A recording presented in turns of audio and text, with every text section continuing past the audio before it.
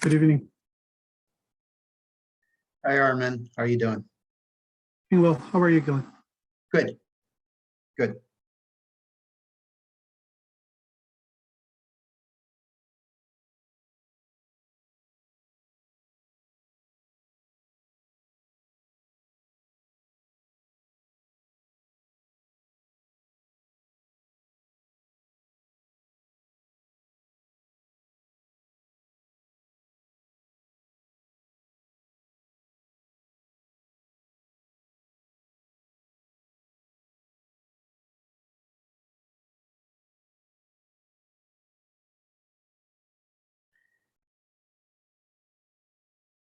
So Sarah, are we going to have a full house tonight? I believe that everyone is expected. Let me just double check. We will not be streaming live on YouTube tonight as we have this is a special meeting and Trans Circus meeting. So we'll record and then post it to the website later. Let me just double check, I think.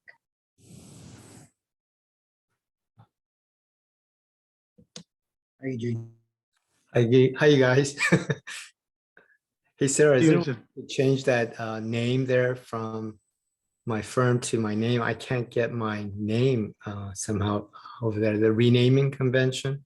I have it usually on an icon. I can't get that changed. I'd like to make my name known, not the. There you go. Oh, thank you very much, Sarah. Did receive notice that Kristen will not be in attendance tonight. So this is where this is everyone that is expected. Okay. And I have 7, so as soon as we... Wow. There's a lot of people here today. Mm.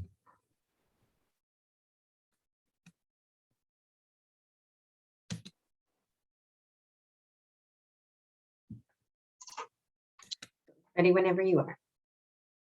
Okay. Good evening. This is a special meeting of Design Review Commission for December 1st. First item on the agenda is roll call. I am the chair, Glenn Cass. Who else do we have present? Armin, Present. John, Gray, Present. Eugene Sim, Here. and Kristen is absent. Second item on the agenda is the adoption of this agenda. Do I have a motion or do I have any changes? Move to adopt. I second Second. that. Okay, thank you. All in favor? Can I have an aye from Armin, Aye. John, Aye. Eugene, Aye. and Glenn is an aye. Next item is public comments. This would be for items that are not on the agenda tonight, but are under the purview of this commission. Do we have any raised hands, star nines, or other signs of activity? I don't see any raised hands at this time. Okay, moving on to consent calendar. We have a minutes of meeting. We have 3 people that were in attendance there. So this is the meeting of October 27th, 2021. Do we have any modifications to the minutes or do I have a motion to adopt?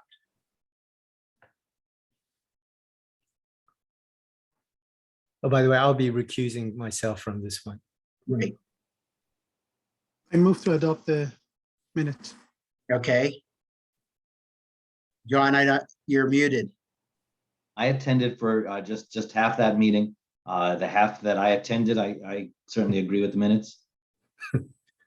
Okay, Sarah, is that kosher? Can we do that? Glenn, can you second? Yeah, I can. But we wouldn't have a quorum if you can't make the motion. I'm not sure if that constitutes a quorum or not. Yeah, why don't we go ahead and just continue them to the next meeting?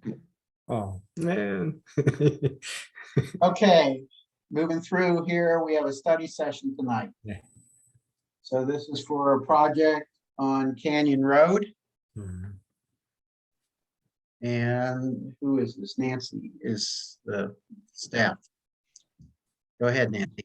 Convenience. Good evening, Commissioners. Nancy Tran, Planning Department staff. The item before you is study session 0721 O'Neill.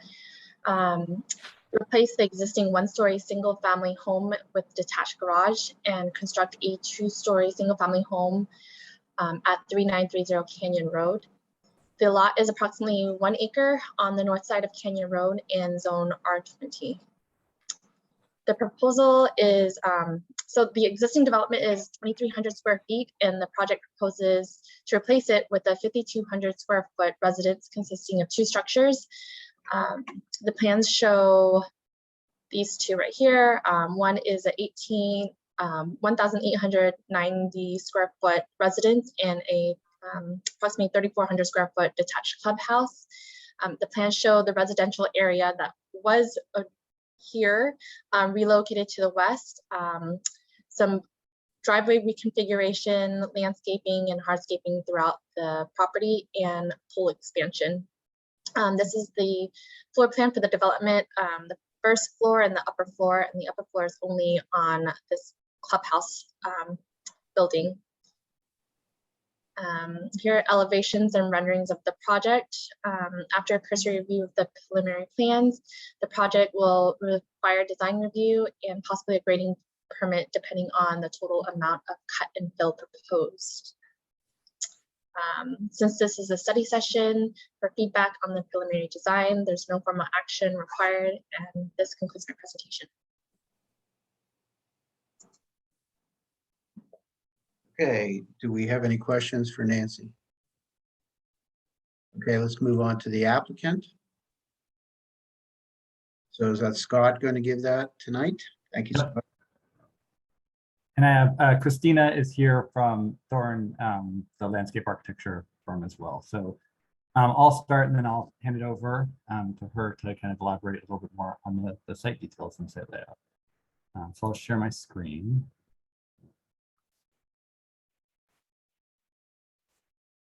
So I want to thank staff for presenting the project. I think you kind of covered some of it. I'll get into a little more detail, probably kind of into how we came to the siting and massing really. And then we've been working with the neighbors, so kind of getting into some of that stuff. So basically the site is kind of just off the crossroads where Upper Happy meets Happy Valley. And it's kind of up as you head up Canyon on the right-hand side, about 3 houses or 4 houses in. So one of the things that we looked at really early on was kind of, as you head up Canyon, you start getting these amazing views of Mount Diablo. So we kind of went out there and we flew a drone to really kind of figure out where the view corridor was there. One of the client's main desires was to try to capture that. With that in mind, as you continue to move up the hill, the rest of the houses also have amazing views of Mount Diablo. So we were very kind of cognizant of where the massing was located, make sure that we weren't blocking views for any of the existing neighbors. And so you can see we actually dropped it into Google Earth this is from really the neighbor that we're most worried about is the next one immediately uphill from it. So I dropped it in, disregard the colors and all that stuff. It's really just a massing study to make sure it wasn't blocking. And then just to double check, I don't know if you've driven by, but we actually did story pole this eave and the ridge, kind of the highest portions of the massing, just to make sure. And we actually met with the neighbor yesterday to kind of go through and walk through it. And then just kind of wrap up the kind of neighborhood thing. We have talked to the other neighbors too, and kind of talking to them about screening. So we've done a lot of reach out to the neighborhood that we think will be most affected. And then I may kick it over to Christina to cover the site while we're on the site, and then I'll finish on architecture. Does that make sense, Christina? Sure. Hi, good evening. Yes, I'm Christina Kessel with David Thorne Landscape Architect, and the site plan that you had just seen we updated a little bit and expanded the view so that you could kind of see the whole context of the landscape plan, and try to kind of show where we would incorporate new screening for the neighbors, both uphill and across the creek there on the other side of the creek. So the main features of the landscape site plan really are, if you see where the pool is and there's a putting green down below there, really concentrating the main activity zones in the rear yard, not adjacent to the neighbor's property lines, in order to maintain visual and auditory privacy for everyone. The homeowners really wanted a long pool for exercise, and we've kind of tucked it in right next to the house there. We think it works with a deck on either end to have less hardscape and a little bit more of a pervious material there. The putting green is proposed to be artificial turf, so we're going to keep the water use low by using native trees and shrubs in natural clusters, somewhat sparse in certain areas, but concentrating. If you see on the downhill side there by the creek, there are a lot of oaks, but the oaks are pruned pretty high and there's some visibility between the two properties. And so we're selectively, in keeping with the oak trunks and staying away from the existing trees, also trying to introduce new oak trees for a succession and some other native shrubs.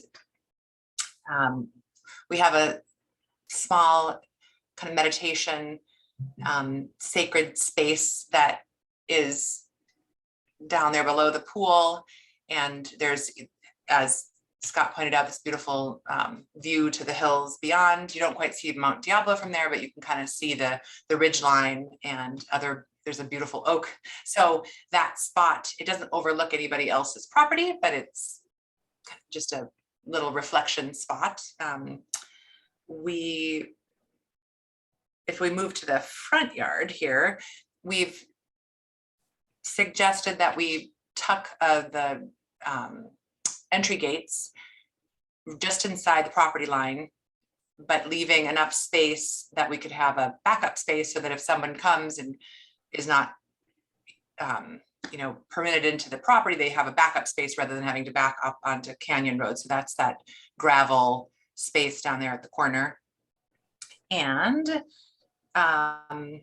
we are proposing enclosing the yard with an open style fencing for deer and security.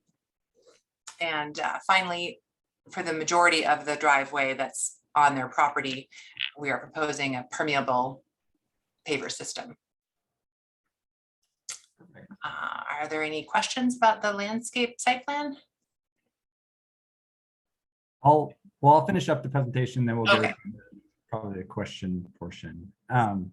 And while we're kind of on the site layout, I'll kind of just touch on the overall massing too. The current house is a one-story house, and we're keeping it. The majority of the new development is a single story, except for one portion. You saw it located over here. Again, we've kind of pushed that away from the uphill neighbor to for privacy things, and then really try to get the views. But other than that, we've kind of kept the overall massing low and stepping with the contour as it kind of goes down the hill. So we'll see that a little bit as we get into the architecture a bit. So you can see from the street, these are just, we looked at a few different massing models and we've kind of refined it over the last couple of months working with the clients and with the neighbors. So this is kind of the last one that we've ended up in what we're presenting to you tonight.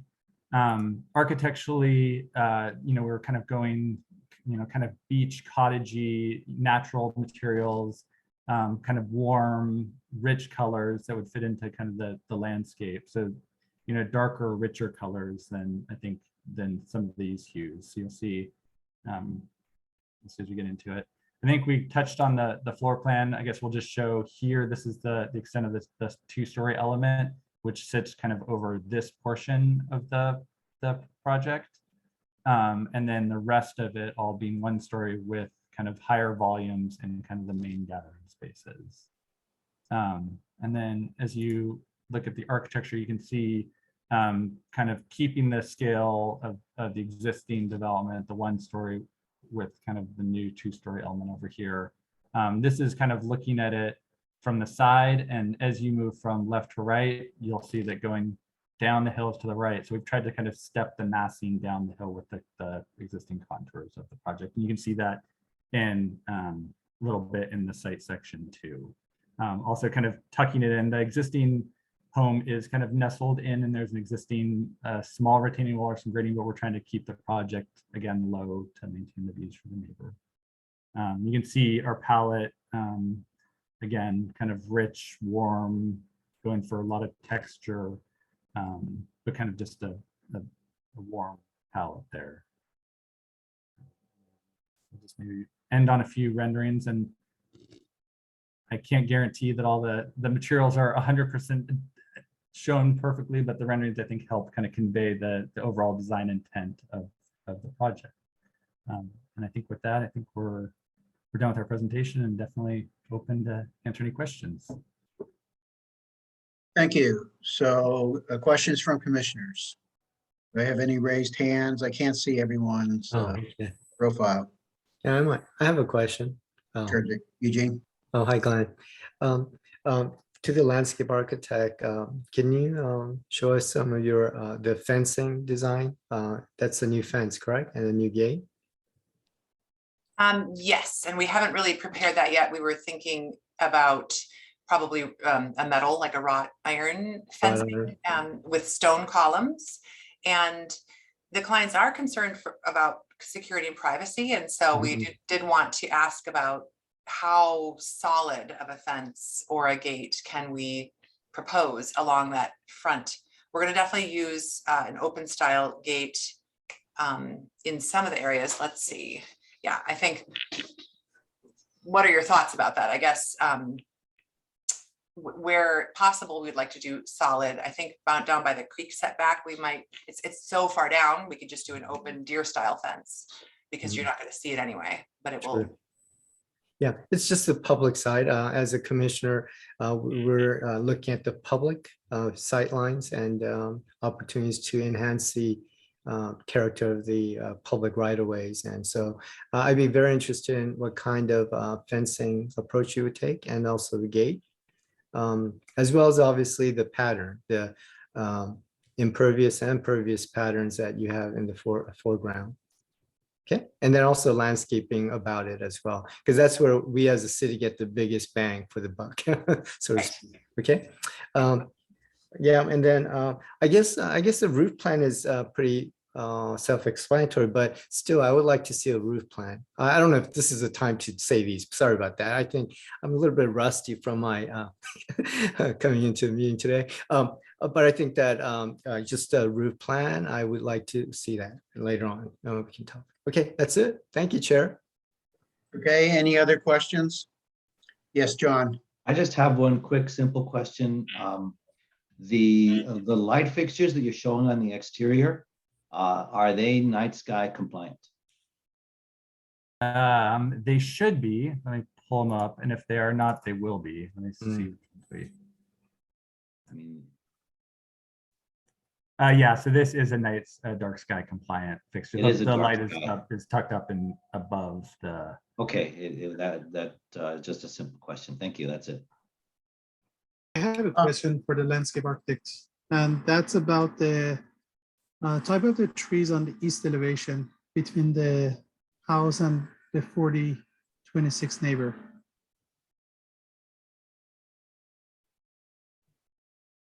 Those 4 trees, Right. right? What you're asking, what are they? Yes. I think that I have in there, they are the Acer circinatum Pacific Fire. It's a deciduous native maple. Is that what it is? Let's see. Yeah, it's the Pacific Fire vine maple. So it's a deciduous maple. Okay, thank you. And so they're fairly small. Okay. I have a question going back to Nancy. Have we touched base with the Creek Commission? Because this property is fronting on a creek, and I don't know that they have any plans specific for this creek versus the downtown creeks, but we should touch base with them. They have complained in the past that they don't really get advice at projects. Okay. Thank you. Okay, let's open this up for community comments. Do we have any raised hands, star nines? Do have a raised hand. Promote Larry to a panelist. If you would like to make a comment on this item, please use the raise your hand function at the bottom of your screen or *9 if you're calling in.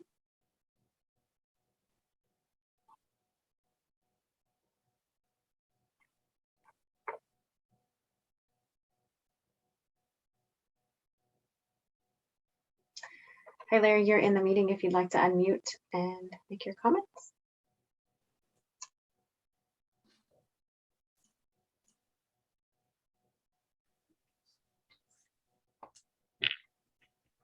Hello.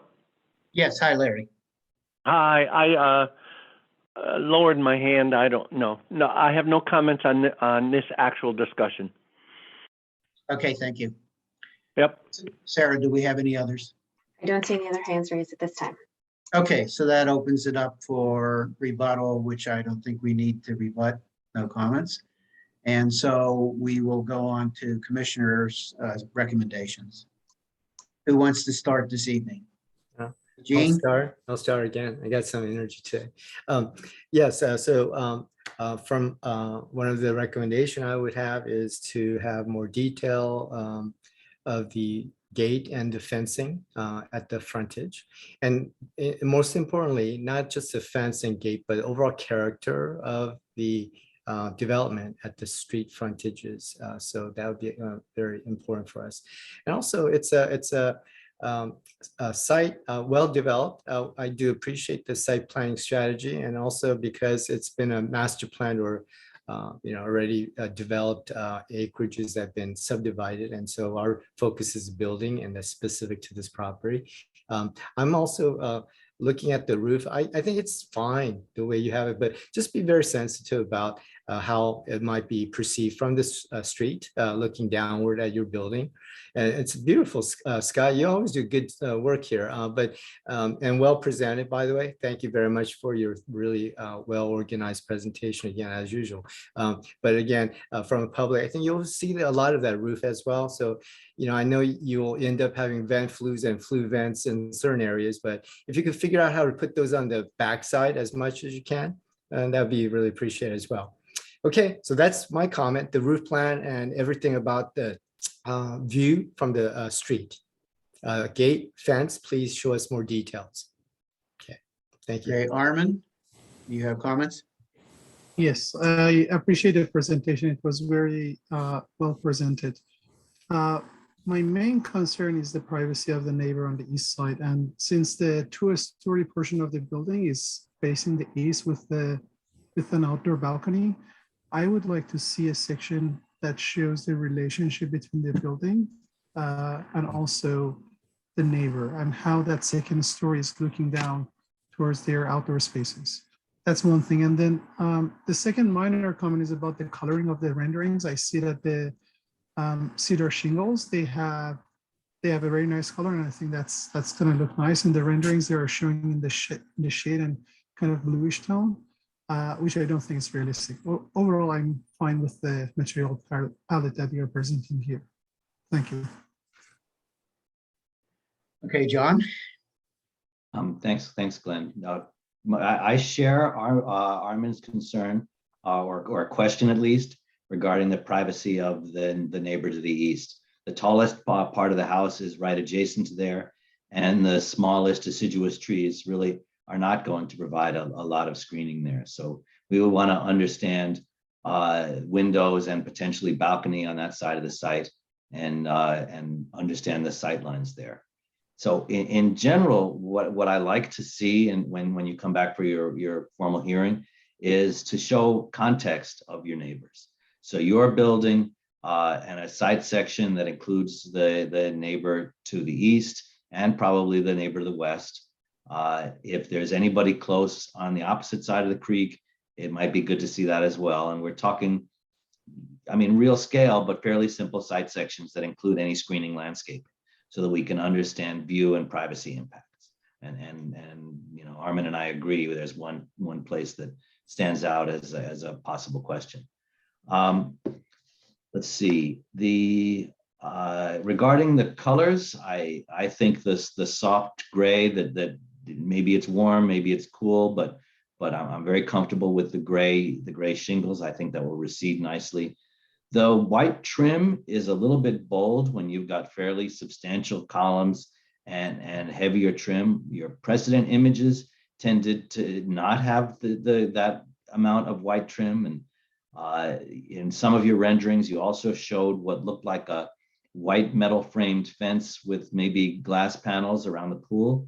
The bright whites are visible from a distance, and if that could be toned down to soften the look, I would appreciate that as an improvement.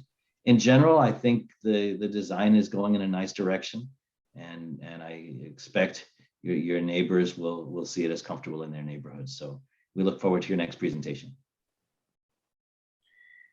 I concur with the other commissioners' comments. I think you did an excellent job of scoping out the loss of view or protection of the view for your western neighbor. I do share the concern about the eastern neighbor and the maple trees, whether or not they're going to provide enough height and shielding as a deciduous tree. I think it's going to be a vast improvement to the property that's there now, which is really run down, which I was surprised it was as run down as it is. I like the plan, and if you follow through with the cross sections and make sure you're protecting views and other minor comments that were made, I think we're well on our way to a good job. And I saw your hand raised, Scott, if it's really short. It is, and it's to kind of address the neighbor to the east. I missed a critical component to the project, but the person that is developing this is the neighbor to the east currently. So I appreciate that they will still be separate properties, and so at some point they may not own both of them, and so I think that the comment still stands either way. So I think I appreciate all your comments and time. Okay, thank you. Good luck. Thank you, guys. So I lost my screen with the agenda, so the next project is Joshua's, I think.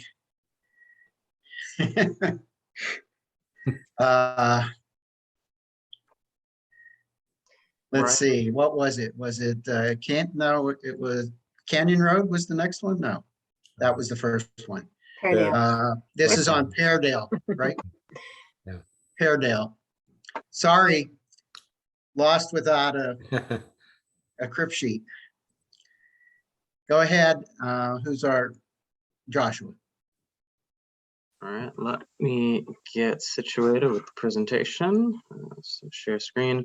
And we have Chris Bakes, who's the architect for the project. And I believe we have the owners in the waiting room.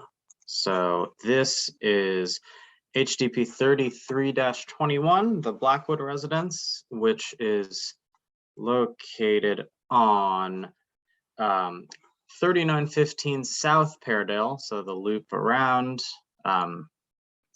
right here in the Hillside. This project was previously viewed by the Design Review Commission as a study session, SS02-21, back in March. And during that review, the comments were generally positive about the design, and there were only comments and concerns concerning the massing of the northeast side, so along here. But other than that, they were positive, and all the public comments that received in that study session were also positive, endorsing the project. So it is a single-story home right here on the bend, next to a two-story home at 3907 and a one-story home at 3919. And the proposal is to demolish the existing single-family home and build almost exactly in its place a new two-story home. And there will be, it's mainly going to occupy the same footprint, so it should result in minimal site engineering and grading. And the project will also remedy a current encroachment. The existing garage encroaches into the setback for the property in the front and the side. The new design will pull it back from the street. So here will be the garage and a two-story component outside of the setback. And then the entry area will be receded from the street as well. So it will be 2 stories along, as I said, largely the same footprint.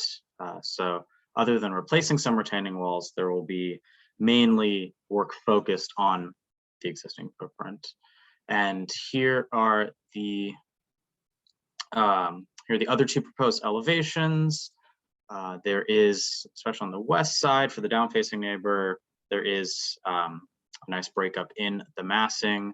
On the east side here, there is there's a breakup in the roof line and the massing here, possibly maybe a color revision could be a condition of approval depending on the commissioner's desires, but I'll get into one reason why as staff we think it's still all right in terms of this massing. And here's some renderings. You can see how it's receded from the street. And there's a nice wide area here, which will be shown on the subsequent slide, these are, in my experience here, which is not long, but still, these are some of the best site sections I've seen so far, providing really nice context into the unique properties of this site. So even though they're adding another story within the hillside, the way that the lot is laid out, essentially, there's the flat pad where the existing residence is, where the proposed residence will be located. And then there is significant topographical shifts going up and down to the neighbors. And there are very well-established trees. In my site visit, I was able to verify this in the field. It is surprisingly spread out in terms of where the neighbors' houses actually are. And over here, even with the 1 story, it felt somewhat secluded. It was 5 degrees cooler from the trees. So there are multiple mitigating factors in terms of visibility and privacy impacts from the topography, as well as the established landscaping that's there. And the same goes for the rear neighbor at 3932 Los Arabas Drive. There is a significant distance, and then as well, there's a topographic change with well-established trees. So there is, as described here, and then in the field, there is a significant mitigation in terms of what the visual and privacy impact would be from adding the 2nd story. And in terms of the colors and materials, they are changing them to a certain degree, generally keeping darker, more muted colors with respect to the landscaping and respect to the Hillside Overlay District.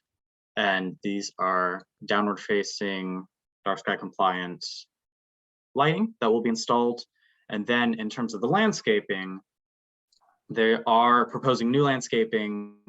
And interestingly enough, with the new landscaping, there will be a massive reduction in hardscapes. So this project will actually have a net decrease in impervious surface cover, which is also something we like to see in the Hillside Overlay District. And as far as the plantings go, they're proposing entirely low water use per the WUCOLs, which is the water use classifications that is used for water efficiency landscaping ordinances, and multiple of them are California natives. So in terms of the staff recommendation, staff recommends that the Design Review Commission review the project, conduct a public hearing, and then adopt DRC Resolution 2021-17, finding the project exempt from CEQA and approving the project subject to conditions. Thank you. Any questions from commissioners for Joshua? Okay, let's move on to the applicant. Chris? Good evening. Can everyone hear me? Yes. Great. Thank you for your time this evening. My name is Chris Bates, as you know, with Left Coast Architecture. Staff has made a thorough presentation touching on the facts of the project. I believe all of you have also seen this back in the study session we held back in February of this year. So I might just give a quick overview, but I think we've touched on a lot of sort of the basic facts. So I'm going to first share my screen.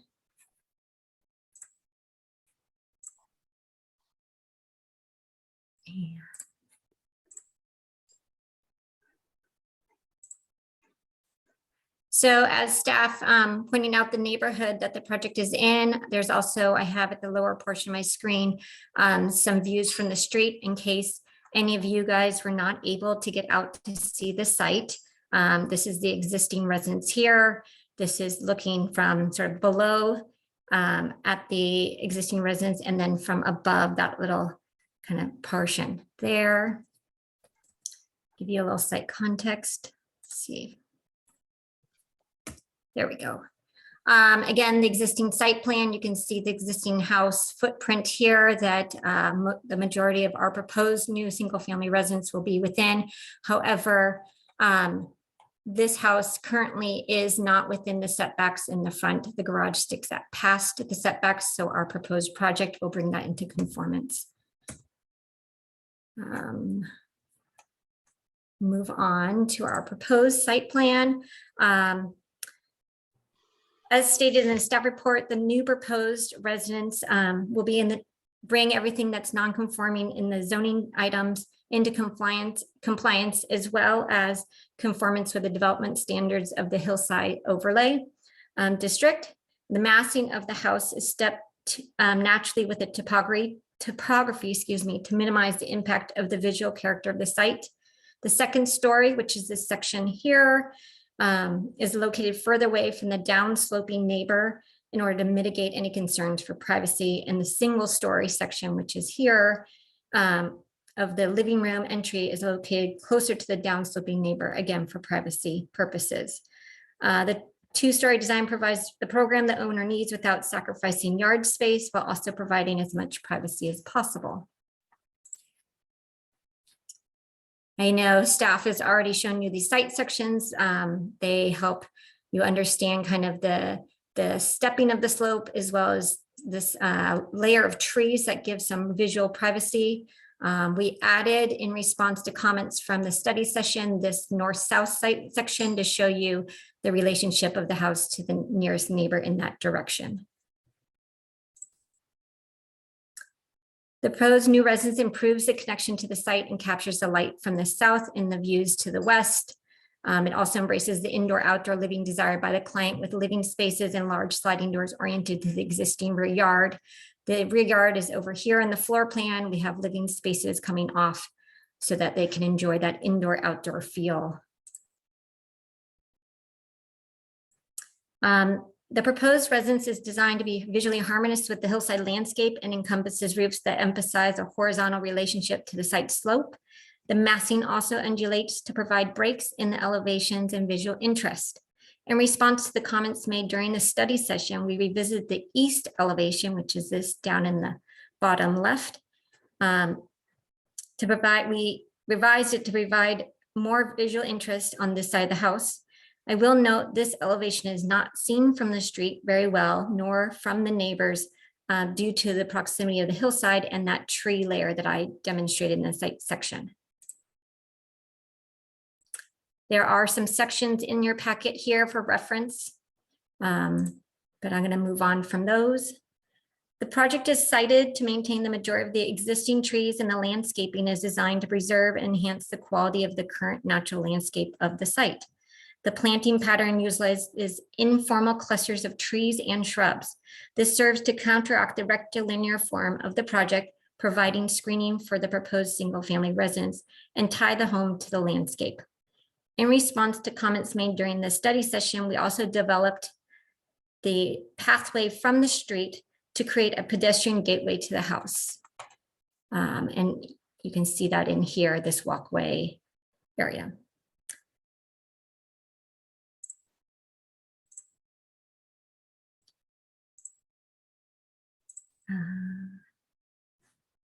The design reflects the owner's desire for clean lines and a Napa modern aesthetic, while still in character with the neighborhood. Natural stone and stucco with a wood trellis over the garage completes the look. The majority of the comments received at the study session were back in February, were focused on the east elevation. I have provided a comparison to show the changes we've made based on the feedback we received. Most of the comments were about articulating the roof and breaking it up, the long extent of the original study session elevation, as well as revising the stone termination.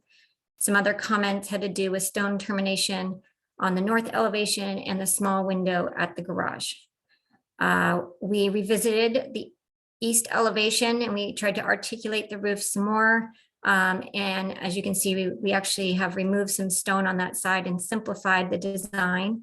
As well as on the north elevation, we did various studies of this elevation, alternatives to the small window at the garage, but in the end, we decided it was the best fit for our project and our client's needs.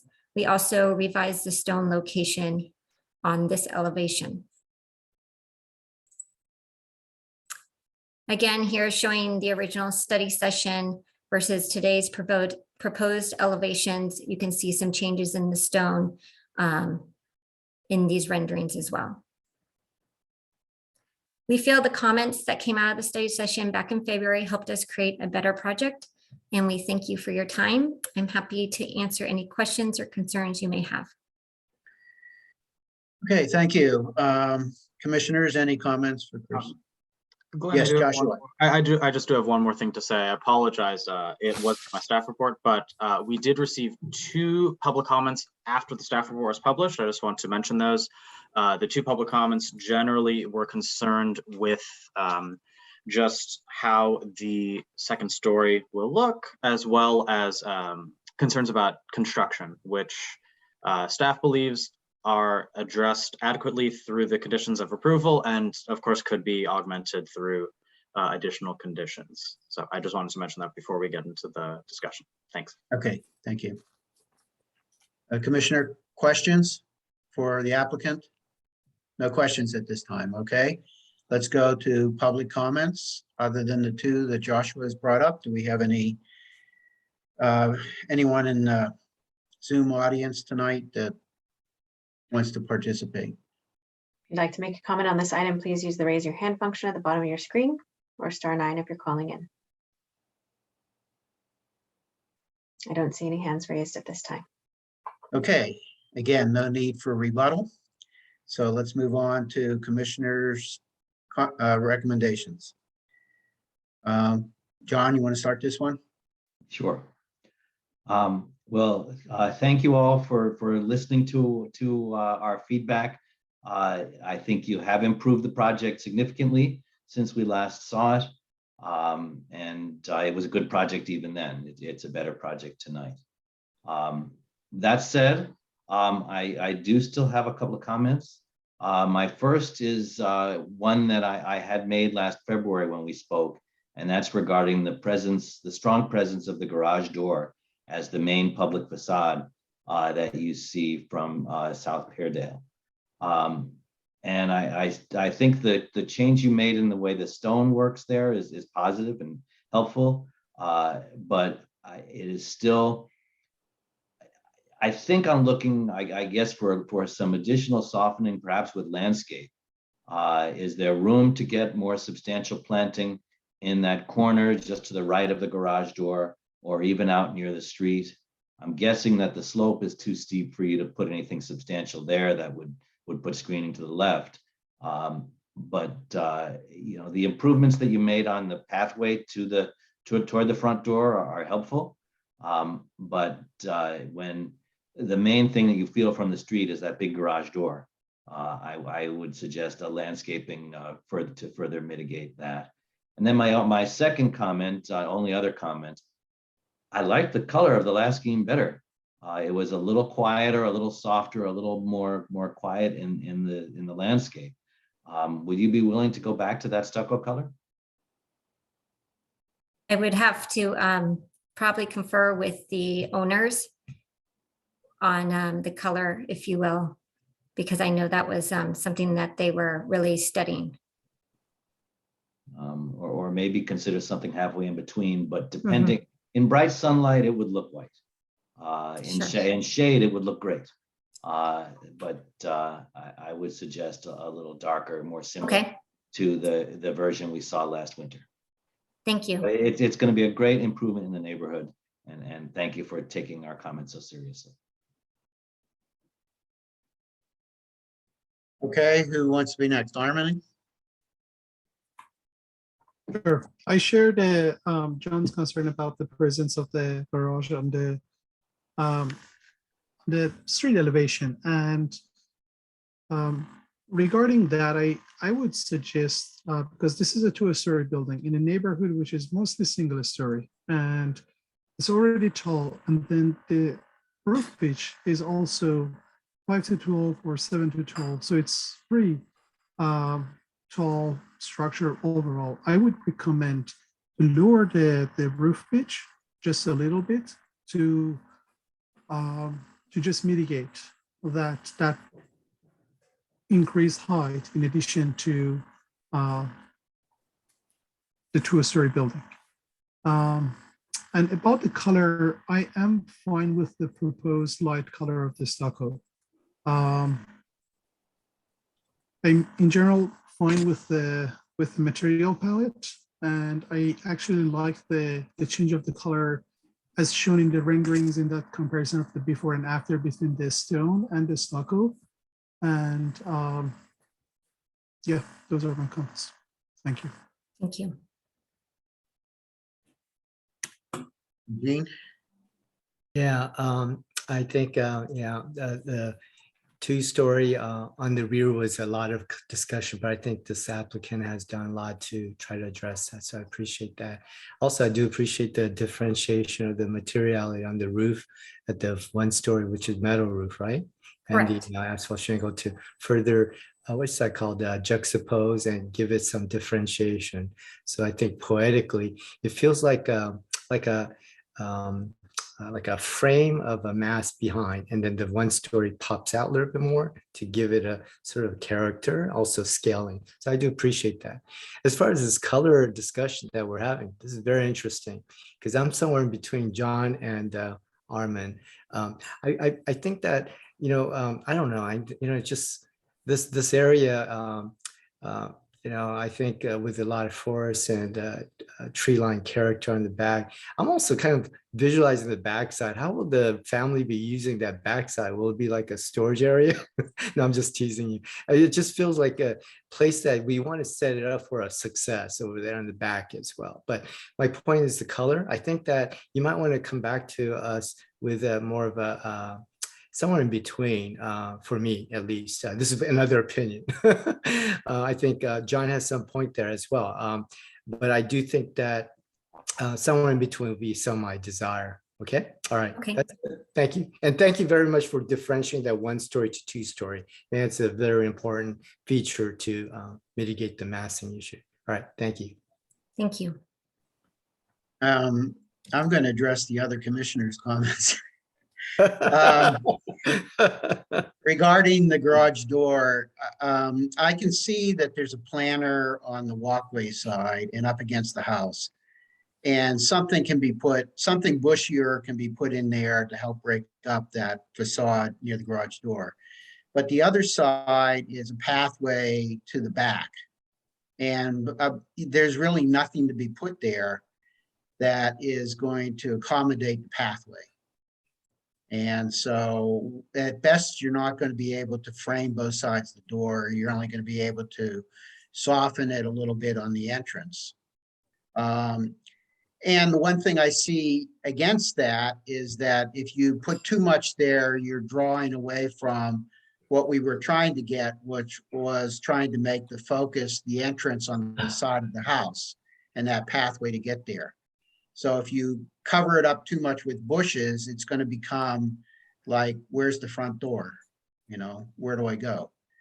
And so that's my comment, is that I think that we can put in something that is a lower bush that will softened it up a little bit.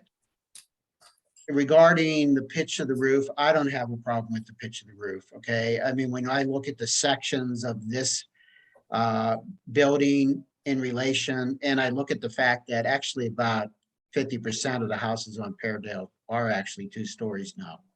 The original ones were 1 story, but most of them are transitioned into a 2-story as well.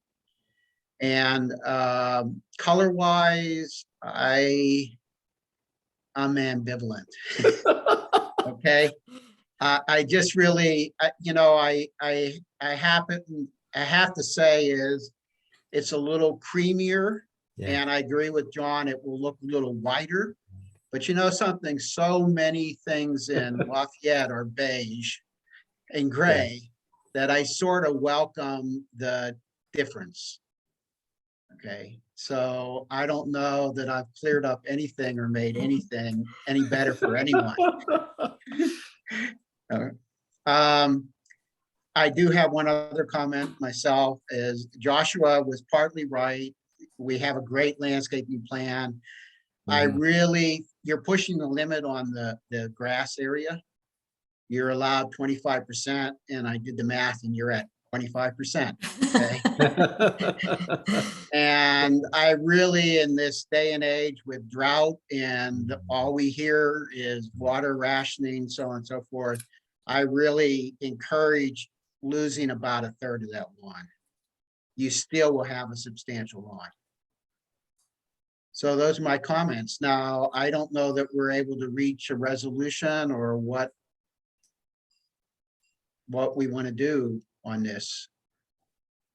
I think generally, Chair and John and Armin, we like the improvements made. I think they're in the right direction. I think some of it's a little bit discretionary if they could additionally demonstrate some study, but it's not going to hold up my support of this project tonight. So that's where I am. Is that we would like, all of us have kind of different sensibilities about that. And if Chris could come up with her talent and just show side by side maybe, and then just say, we did the study and see it, right? And maybe that's it for us. Well, can we pass a resolution with subject to a review by a commissioner, like we do a mock-up or something? Maybe review John, review the color, review the review the minor change in the landscape. Right.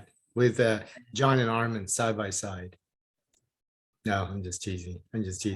Yeah. I mean, that sounds sounds good like to a me. good I don't idea. think we need to do another meeting. With Yeah. this project. Right. That's my opinion. That's what Glenn is saying. Okay, so does someone want to firm up my resolution? So Joshua, you had drafted a resolution, am I right?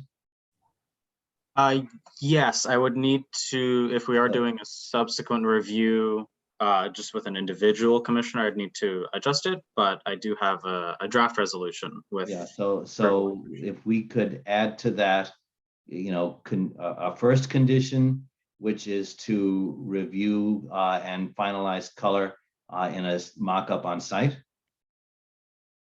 We'll look at the palette, but in particular, I think the stucco color is the one that we're discussing, that we have a range of opinion on. And then secondly, a couple of minor landscape adjustments that could be discussed at the same time. And that would be 1, the softening at the garage corner, and 2, we would hope the owner would consider a reduction in lawn area. Sounds terrific, John. May I second it? Go ahead. Thank you, Eugene. So let's have a vote. Let's have a vote on this. Armin? Aye. John? Aye. Eugene? Aye. And Glenn is aye. It's unanimous. Okay, thank you, Chris. Thank you, everyone. Have a good evening. Okay, thank you. Thank you. Okay, the next item we have is a project we've seen recently, and this is a revision to multifamily development, 3458 Mount Diablo Boulevard. And the project staff is Jonathan. There he is. Yes, hello, Chair Cass, Commission. Good evening. We're going to discuss DR 16-20. Property owner's name is Shattuck. It is for the construction of 9 multifamily for rent units at the corner of Mount Diablo Boulevard and 2nd Street, shown here in this context map. The exact address is on 2 parcels, one at 3458 Mount Diablo Boulevard, and the other is 1005 2nd Street. This is a density bonus project, a total of 9 units being proposed, one of which is below market rate. The applicant is seeking waivers for in line with state density bonus law for reductions in setback and going beyond the maximum number of stories to 3 stories. This application was reviewed once previously at a joint meeting between the Planning Commission and Design Review Commission on October 18th, 2021. That was the first meeting. Tonight's meeting is the second of a maximum of 5 that the city has to take action on the project. At the October 18th, 2021 meeting, both commissions were generally supportive of the project. They did have requests for revisions to the design and requests for additional information, which is laid out in the staff report. I'm going to focus my presentation on some of the changes that were made in terms of design as is the purview of the Design Review Commission, and then highlight staff's remaining concerns. So we'll go to this rendering of this is the current rendering. So one of staff's and the commission's requests at the previous meeting was to move the balconies at building A, which is the southern building, previously directed towards building B and the driveway. They've swapped those balconies to now be on the Mount Diablo frontage and provide some eyes on the street. Another comment was to improve the massing and add some more visual interest to the 2nd Street elevation at building B, making that more pedestrian friendly. They took the commission's comment and brought some horizontality to the 2nd Street elevation and providing a clear difference in color material between the 3 floors. Another item that was done was addressing the commission's plural's comment on improving landscaping on 2nd Street. And because of the tight building setback, the opportunities for landscaping are quite minimum. But what they've done is propose a trellis at the lower floor, which helps with the massing. And they're planning to grow a vine on that area. So making use of their space to making use efficiently of their space to add some more landscaping there. The staff had comments about the repetitiveness of the color scheme at the driveway of building B. That color scheme has changed, but still is repetitive. That remains an ongoing concern. I'm going to let the architect go into more detail about the changes that were made, but those are the highlights. The recommendation is for the Design Review Commission to review the changes that were made, conduct a public hearing, provide comments, and forward the application to the Planning Commission for the next review phase. The meeting would be on December 20th. And here are the remaining staff recommendations: to adjust the roof plane to break up the continuous building height at building A, that's the Mount Diablo Boulevard side, break up the repeating color material window layout at building B garage elevation, do the same for the building A street frontage, implement some more active uses at the public plaza, consider making the outdoor space above the guest parking area here open to all units instead of just one. And then continue to address the fire district's comments on emergency access and continue to develop a trash collection plan with public waste. Here for any questions. Commissioners have questions for Jonathan? I have a question for you, Jonathan, on those recommendations that you just showed us. Which of those are actually going to fall into an objective standard, or are they all outside of the objective and all subjective? They are outside of the objective standards. They would be for compliance with the downtown design guidelines.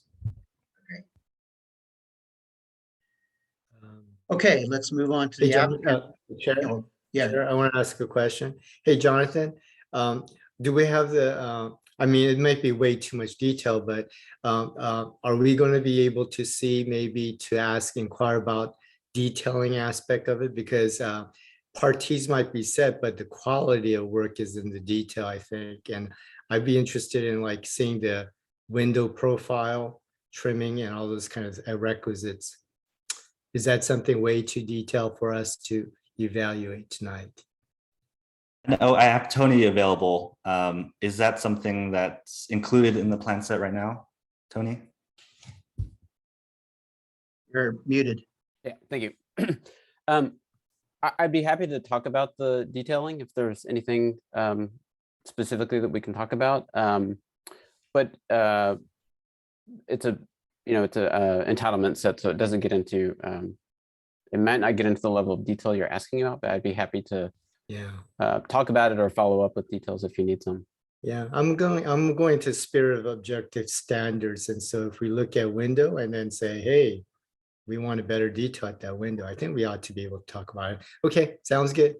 I'm going to use my discretion tonight, maybe if I have a chance later. Thank you.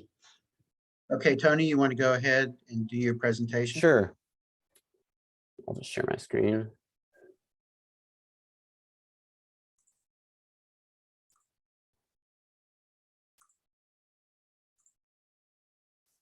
Great. Well, thank you all for hearing the project again. I really appreciate everyone's attention, and thank you, Jonathan, for the intro. I'll just quickly go through, as Jonathan started, some of the revisions that we've made since the last design, and I do have to say that the comments are all well taken, and I think it results in a better project. So I'm looking forward to hearing more. As Jonathan said, this is the elevation at Mount Diablo and 2nd Street, where we previously have kind of gone through here with, these are just some notes that kind of talk about the changes in general. As Jonathan said, we have moved the balconies from the driveway side of those units facing Mount Diablo to the Mount Diablo side, which really gives sort of a two-story massing on Mount Diablo, which I think results in a more friendlier relationship to the street and more in line with some of the other massing on Mount Diablo. We also, in general, as you can see the note here, horizontal expression. In keeping with some of these comments, the expression now is really horizontal. And so we sort of incorporated a kind of banding, which helps, I think, bring the massing visually down low. Also moving the white color to the top, I think helps, helps the massing feel a bit lighter. One of the comments from the last DRC hearing was providing a wider walkway between the art plaza and the first couple of units. And so we have done that. We worked with the civil engineer and the landscape architect to widen the connection between those spaces so that those ground floor home offices could become accessible to folks from the plaza. We did lower the overall height to 30 feet. This was both a design decision to give the building sort of a slimmer massing to the street, but also, as Jonathan said, we're working with the fire department and to get the aerial access requirement met, we had to lower that overall height to 30 feet max. So it results in a building height that is, we think, actually more pleasant with the street. So I think it actually serves the purpose in multiple ways. And then going around to 2nd Street, we did, as Jonathan said, we added a trellis here to add some articulation for landscaping to grow up, but we also brought in the massing of the sort of horizontal linear massing around to the side. And this, just for comparison, is the before from the last iteration. This is the Mount Diablo elevation, where we have, as we talked about, we moved the balconies out to Mount Diablo to kind of have a more discrete kind of presence on the street, and then also just kept with the mindset of doing a horizontal expression on the facade. So really just trying to stay with that philosophy throughout the project. this is the before image, which, as you can see, is more vertical in presence. Going around the corner, this is the second street and the north edge, which is not a public street, it's a easement.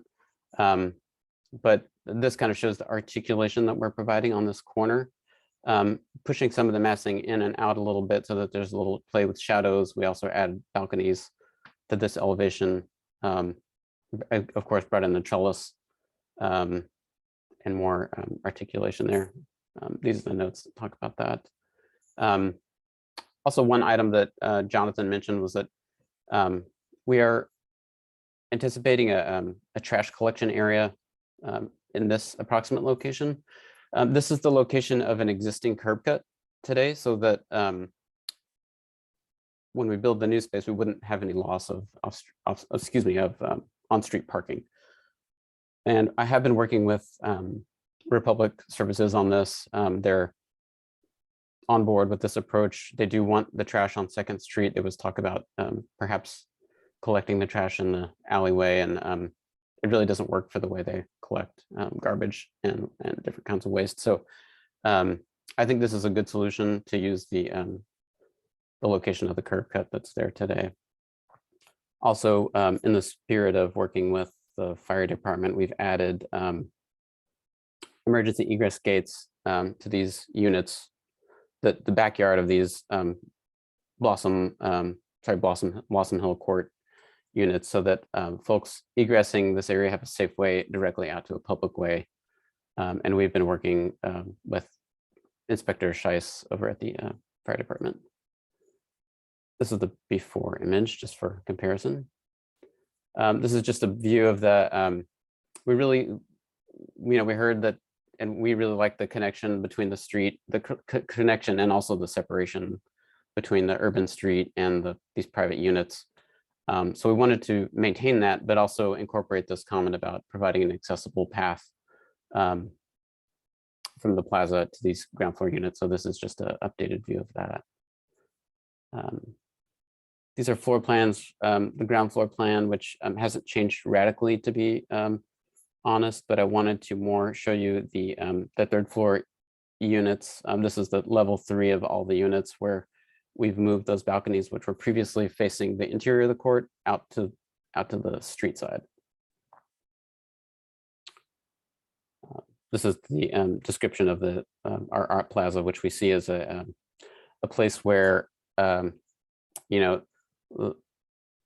rotating display of local artisans is the idea there. So we're introducing a steel structure where art could be displayed and rotated as that design sort of congeals.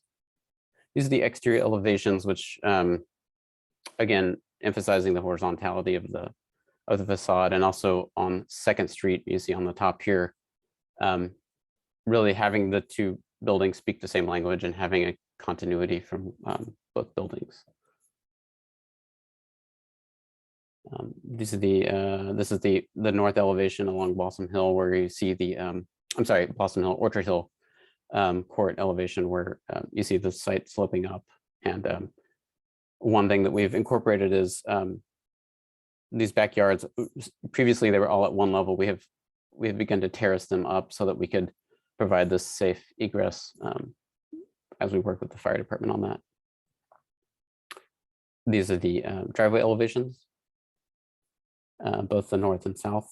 And again, just keeping them rather pared down, and again, just sticking with a simple, clean elevation that emphasizes the horizontality of those units.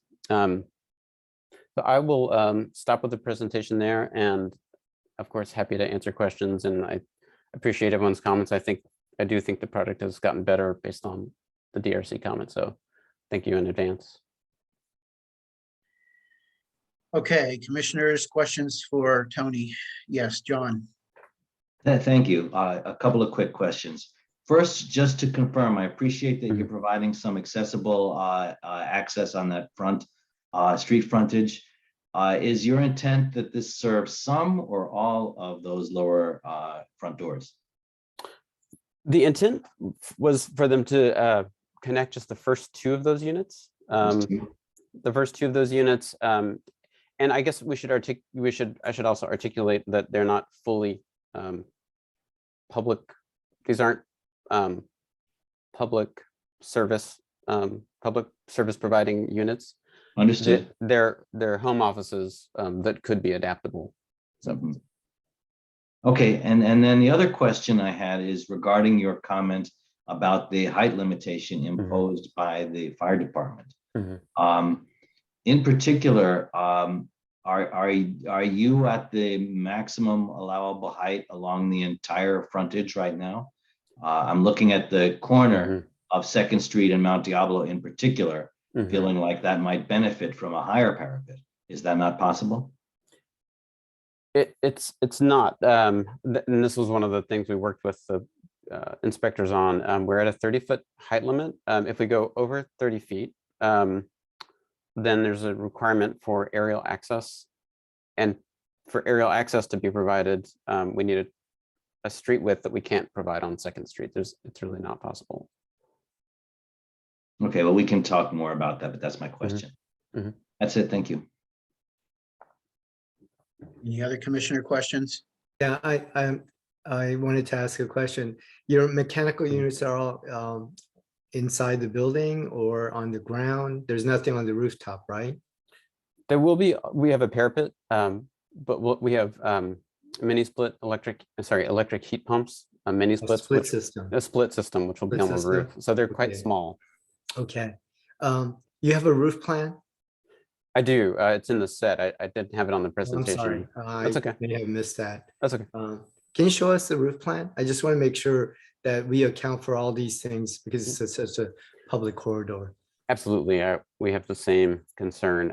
Yeah, if you, let me just get one. Because your roof to ceiling, floor to ceiling heights are quite, a little bit lower than usual, but right. Because of your height restriction. So where do you have your mechanical units up there? That concerns me, how you inserted that in there without, height limit issues and all that. Is there a drawing that you could show us? I'm pulling it up right now. Okay.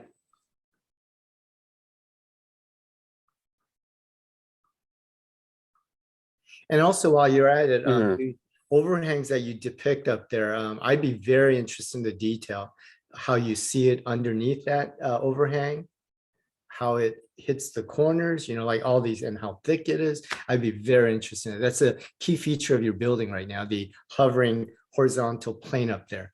Okay. Oh, can you see the roof plane now? Nope. Oh, okay. I see your files. Oh, sorry, Thank wrong you. file. Listing Oh, yeah, of the no problem. files. There we go. Okay. Sorry about that. Can you see the roof plane now? Yes, I can see it. Can So you these- describe to us where they're happening? Because I don't Correct. see it in your. It's drawing. it's this item. If you see keynote 4, each unit has 2 of them. And so they're small. That's where the condenser units are on the Right. roof. I know I've used them too, Mhm. but they do still poke up. But they're shallow. I get it.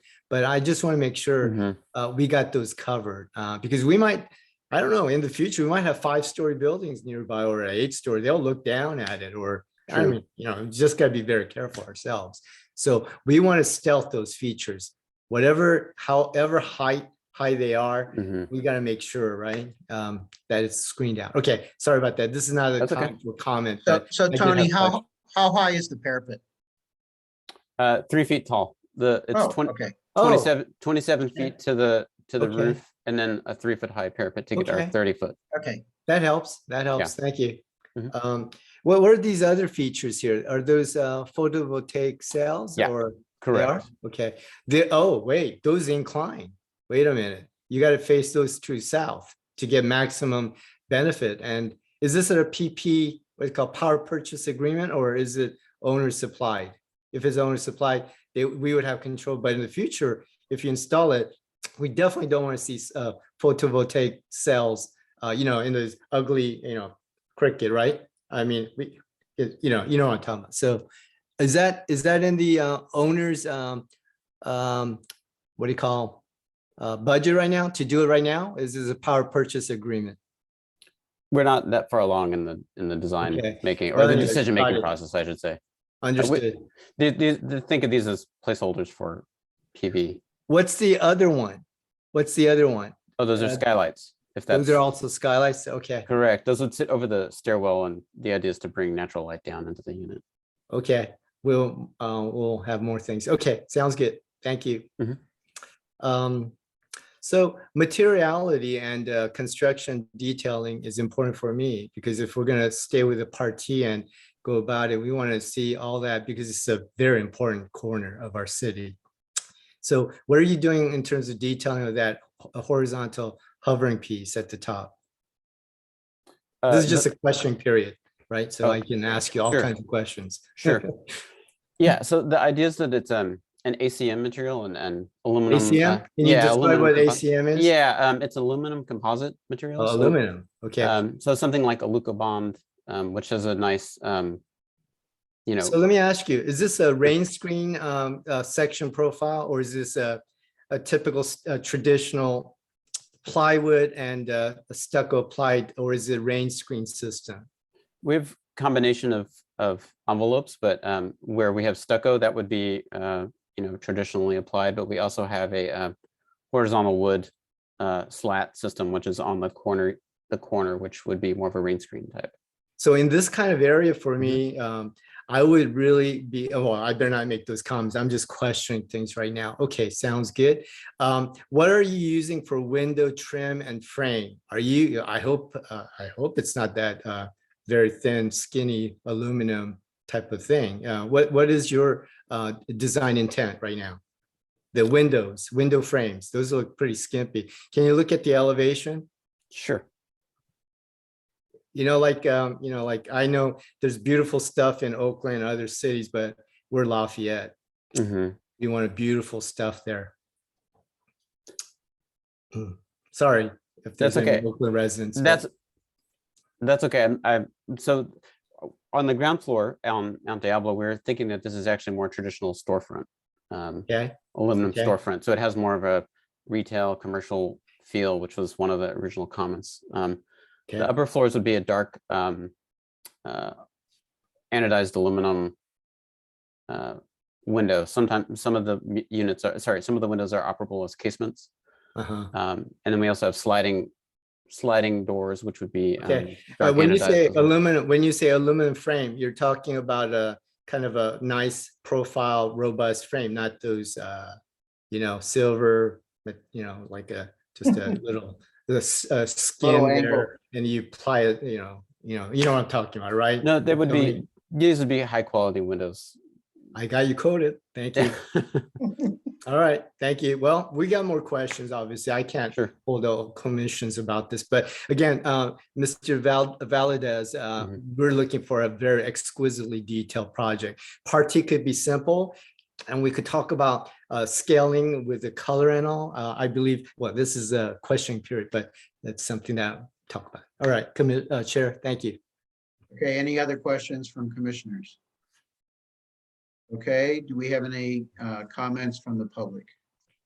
If you'd like to make a comment on this item, please use the raise your hand function at the bottom of your screen, or *9 if you're calling in.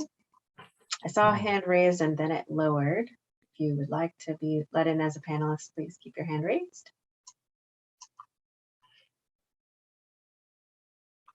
I don't see any. Oh, I think Larry would like to make a comment. We'll see.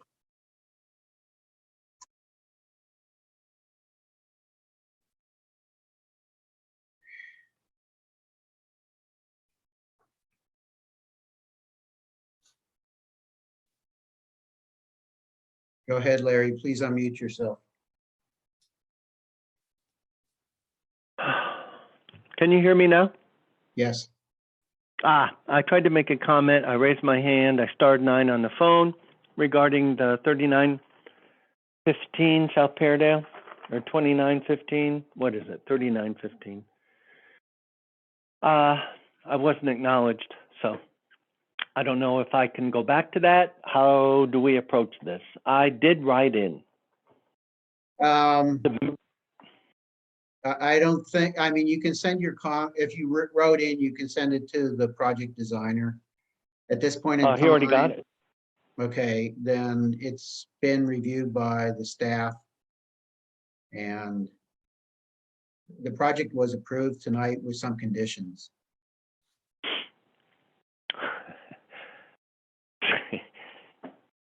So I get no acknowledgement of anything? At this I point mean, in I write- time, that we're on the next agenda item. Sorry, Larry. Well, through the chair, maybe at the end, Larry, might be a community comment section when we close off a meeting where you could bring in some of your comments. But today, right now, chair is correct. We're right now on this one topic. You were on a separate subject matter. But please hear me. I did raise my hand. I star 9 It was many times. Well, There Larry, we'll was give you no 3 minutes, acknowledgement. but Larry, it's already been Yeah, decided. I understand. There's nobody here that's going to be aware of what I'm trying to say. I get it. And I'm frustrated. I'm frustrated with the committee. I'm frustrated with the fact that I wrote took the time to identify my concerns, and I got no acknowledgement from anyone. Well, Joshua told us that there were 2 Yes, written I heard comments that. that came in. Right. And I assume yours was one of them. I would guess. Mine was definitely one of them. And what's the process? Well, the process is that staff passes those on to us. And we read them. Have you as part of received it? the overall Let me package. ask you this. I'm not here to raise a problem. Have you received it without, I understand you already approved the plan. So I wrote this for no good reason. And this frustrates me. What is the point of attending these meetings through, as I've done, and I've taken the time to initiate conversation. I've tried to talk. I've raised my hand. I've written a letter, and I get nothing in return. And yet I'm told that it's been approved, and you haven't even Larry, seen it. Yeah, we're under Zoom. I okay? understand you're under. And I'm if- under a time restraint too. But I would And- like to at least think that the commission would be professional enough to understand my concerns and to have reviewed my email, my concerns prior to approving the process. I think that that's just basic common sense. You've approved it. You haven't looked at what I've had to say. It doesn't matter. It seems to me you guys were more interested in the color of the paint than what my concerns were, because you don't Larry, even know what I they can only were. pass this on to staff. Joshua didn't tell us specifically. I did not see Larry's comment or the other comment in a written style. It wasn't sent to me, or if it was sent to me, Yeah, but, I but neglected to see it. then what's the process here? It is definitely flawed. Well, it He is didn't flawed. pass it on. You didn't see it. You approved the project, and I did all of this for naught. It was passed on and it was posted to the website. I will have Josh follow up with you via email. But think- it's already been approved. What is the point? I The think some- commissioners here, the one, two. Okay, sorry. We need to call the meeting back to order. So go ahead, Glenn. Okay, I see Peter there. Does Peter need to speak on any of this stuff, or? Peter Shattuck is the client. So, yeah. Okay, so any other community comments? I don't see any other hands raised at this time. Okay, thank you. So commissioners, Armin, you want to start this one? Sure. Thank you for the presentation, Tony. And so my comment mainly regards the massing of the building, and I have the same concern as it was said before, as the repetition of the massing, especially on building B. I think the improvements on building A facing Mount Diablo looks so much better, especially with those balconies on the upper floor and kind of massing breakup. And there's a clear hierarchy of where the corner of the building is, and it's kind of demarcating the corner of the second and the Mount Diablo. But as you just go one layer inboard, the other building, the other row of townhomes, it doesn't have that much articulation as it should have. And I highly recommend and encourage you to just look at it's basically, I think, missing that kind of middle step of, going from a larger mass into more granular approach. I think it needs to kind of a middle approach that you kind of bundle up some of those floors. Let's say you would go with a more vertical articulation at that corner, doing the same thing as you're doing at the with that Nichiha material. Use a different color or more accent material with the different proportions. I highly recommend that. And I also appreciate the comment about opening that second floor balcony. Either it's for common use or to all the residents rather than just allocating that to one unit. These are my two main comments.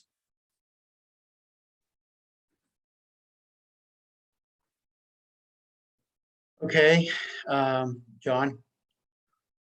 Thank you.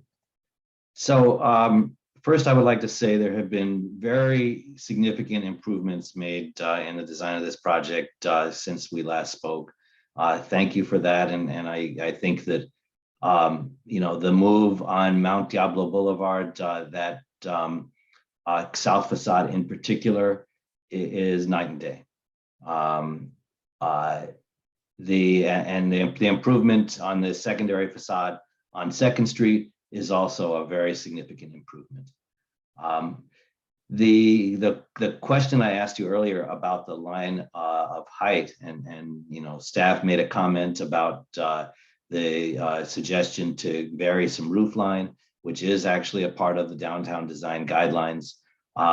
In elevation, the top of this building is just dead flat, and in perspective from the opposite side of the street or from next to the building, I'm not sure how much the facade steps in and out to make it not look quite so dead flat. But in particular, the corner element seems like an opportunity missed to emphasize the corner, not only with the 2-story frame element that you have, but also with some amount of height difference there. And if you can't go up, I'm wondering, well, can you go down on the parapet that proceeds to the west? Could you drop that a foot and still hold a 2-foot parapet and have room to do what you need to do there? I just think that a point of emphasis on the corner is something I'm sure you've seen in our downtown design guidelines that punctuates our streets and is not quite so flat. I think doing something like that would be helpful. The north facade on the courtyard, it's not Blossom Hill like you said, it's the other hill. I think that's a nice, pleasant facade. So the exterior facades, I think, are getting there with the one comment. The interior facades, I would say, are a little bit unfortunate. I would not really like to be in one building looking across the alleyway to the other. It is exceptionally monotonous. And my point of view as doing a public review is I care most about what the public sees, but you and your client might want to see about what your residents will see of each other's homes across the alleyway. And if there's something that could do to enliven their views. To Eugene's point on detailing, you've got a very public site. Your presence is on our main street and our commercial street, and we are going to want to look at detail at a higher level than we would at a house that you only see from 100 feet away. So in my view, I would like to see you come back with more larger scale expression of what the public will be able to see close to our major streets. And you may have great ideas that will work really well for that. We just don't see them yet. But as a public building, and this really I do consider a public building. We will want to look at what the public sees. So I think you've made some very positive changes. I do agree with the comment that, gosh, it would be great for that one balcony to be a shared amenity rather than a private amenity, if that could work. So anyway, I think you've made some very positive changes, but I do think we'll need to talk again. Gene? Yeah. So, Tony, I think you have a good starting basis. I like the corner from an urban design standpoint. I think the planning commissioners and design review commissioners hit it on the ball with that corner area, and also creating opportunities with the balconies to create relief in the facade. I think that device has provided that on the street frontage. I'm with John. I think that parapet, Tony, might be where you could play some other articulation opportunities and study that detail really thoroughly. I don't think I think you have an opportunity to really elevate that look if you want to go with that. But I think if you could play the scaling of down a little bit, like John, that's really creative. Pulling it down a little bit where you don't need screening to give it relief on that horizontal plane. That would be great. I also think that you have to be more dramatic and create punctuated juxtapositions. That paint, one color paint, another, man, give me a break, man. I think that's good. That's a good starting point. But I would like to encourage, as this, like John said, is a very important urban design area of our city. And that idea that the Planning Commission, Design Review Commissioners said is a good starting point. But I would like to encourage, like, even changing materiality rather than just a paint color. And also, one more thing, that corner, I think you need to study the elevation. I think that you could create a L-shaped window or something in that corner, or series to kind of decompress or dematerialize the boxiness of that building as people see it from different perspectives there. I don't know how you're going to organize your unit around that, but it's another notion of like a bay window, I suppose, toward the corner. But I think that corner is very important, how you celebrate that plaza and all those elements that are being worked up through planning commissioners and design review commissioners' advice and ideas. And you've actually, with the developer, I think, are trying to do that. I really appreciate that. But scale it up with the building to capture that corner would be really something I'll be looking forward to seeing. Again, as one of the commissioners, maybe John's going to do the same. I'm going to be looking for very strong detailing and material choices, because it could be a simple box with certain articulation, but in the end, as John may have said, I think it's going to come also in the detailing. Okay, so again, window frame, doors, hardware, I'm going to be looking for those opportunities. and also, when you use stucco, I'm worried about stucco use also. You have to really give us the detailing about the stucco finish as well. So that's why I'm encouraging you to look at Rain Screen if you can, or Nishia products. I'm not selling their product, but something like that or equal, right? These kind of devices. Okay, that's it. Okay, let me interrupt for a second. Jonathan, remind me, is this coming back one more time to us, or is this our last time we're seeing it? Recommendation is that it's forwarded to the Planning Commission to allow for possibly a second meeting at the Planning Commission or the City Council if they need it. So I think the commissioners, specifically the comments made by Commissioner Sim and Gray, I think those are great commissions that are very specific to the work that the DRC does. So I think we can take those comments and put together a condition that says, if the project is approved, that those materials and those details can be looked at by one of the commissioners, if the commissioner would be on board with that. Okay, so in other words, we're not really going to see this again after this evening on a full commission basis. Correct. Okay, and the reason I bring this up is because we've come through this crossroad a couple times on these density bonus projects. Is because we put together what we think is more articulation, a better design. But then what happens is, because they've already met the objective standards, it's really up to their discretion. And if they haven't picked it up already, in most cases, it's very hard for them to come back a second time and say, oh, please do this again. You know, we're banging on your to do it again, and it just doesn't happen. But I like John's idea about scaling down the parapet a little bit and drawing attention to that corner. I think that's a viable way. I mean, it's not a lot, but it's even a stepping stone to do that. I really think that this was a greatly improved design based on moving the balconies around. It is monotonous on the inner driveway, and it is a little monotonous with the color scheme on the horizontal, but the horizontal really has a purpose for it to be horizontal like that, and it does serve that purpose. One of the things that was staff recommendation is reconsider turning that one plaza upper level into a public area. I just don't see that happening, okay? I mean, I look at it and I say, okay, you have to get up there. How are you gonna get up there? You're gonna have to put external stairs into your corner plaza that we have. That's not gonna look attractive. That's gonna detract from that. Yes. If I could just add one thing, I appreciate the comment. I was also going to say it also would require the need for an elevator to have it be ADA, accessible. So, Right. right? Yeah, I just don't see it happening. I mean, altogether is I don't want to lose something in the plaza that is the community space, not only for the occupants of that building, but the community at large as well.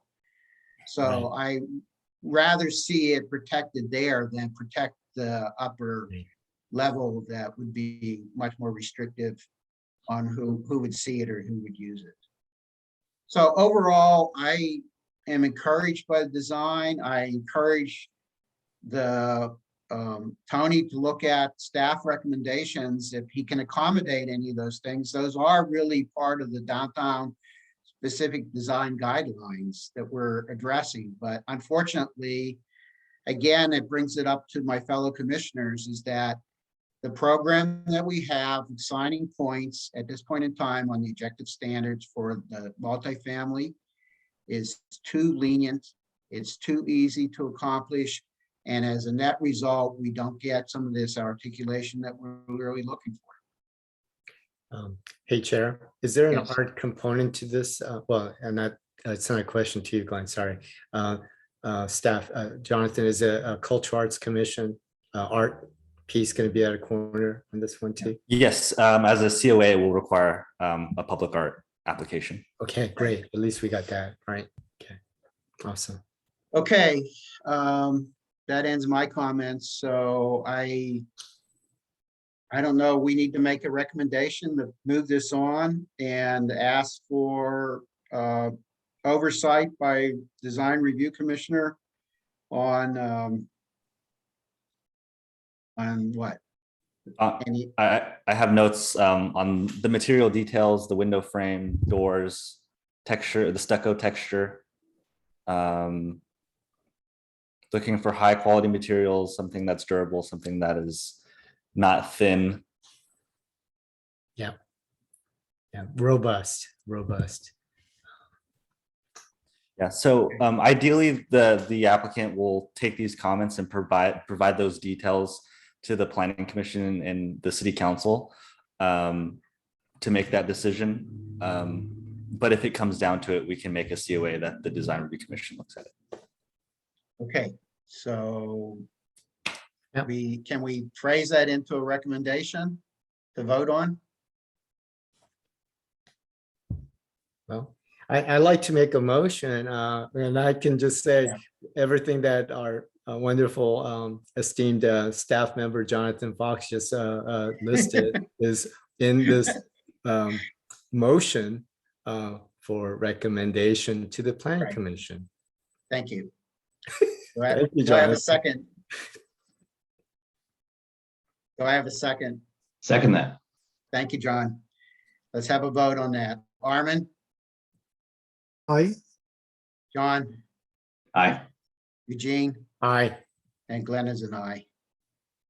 Okay, thank you. Thank you.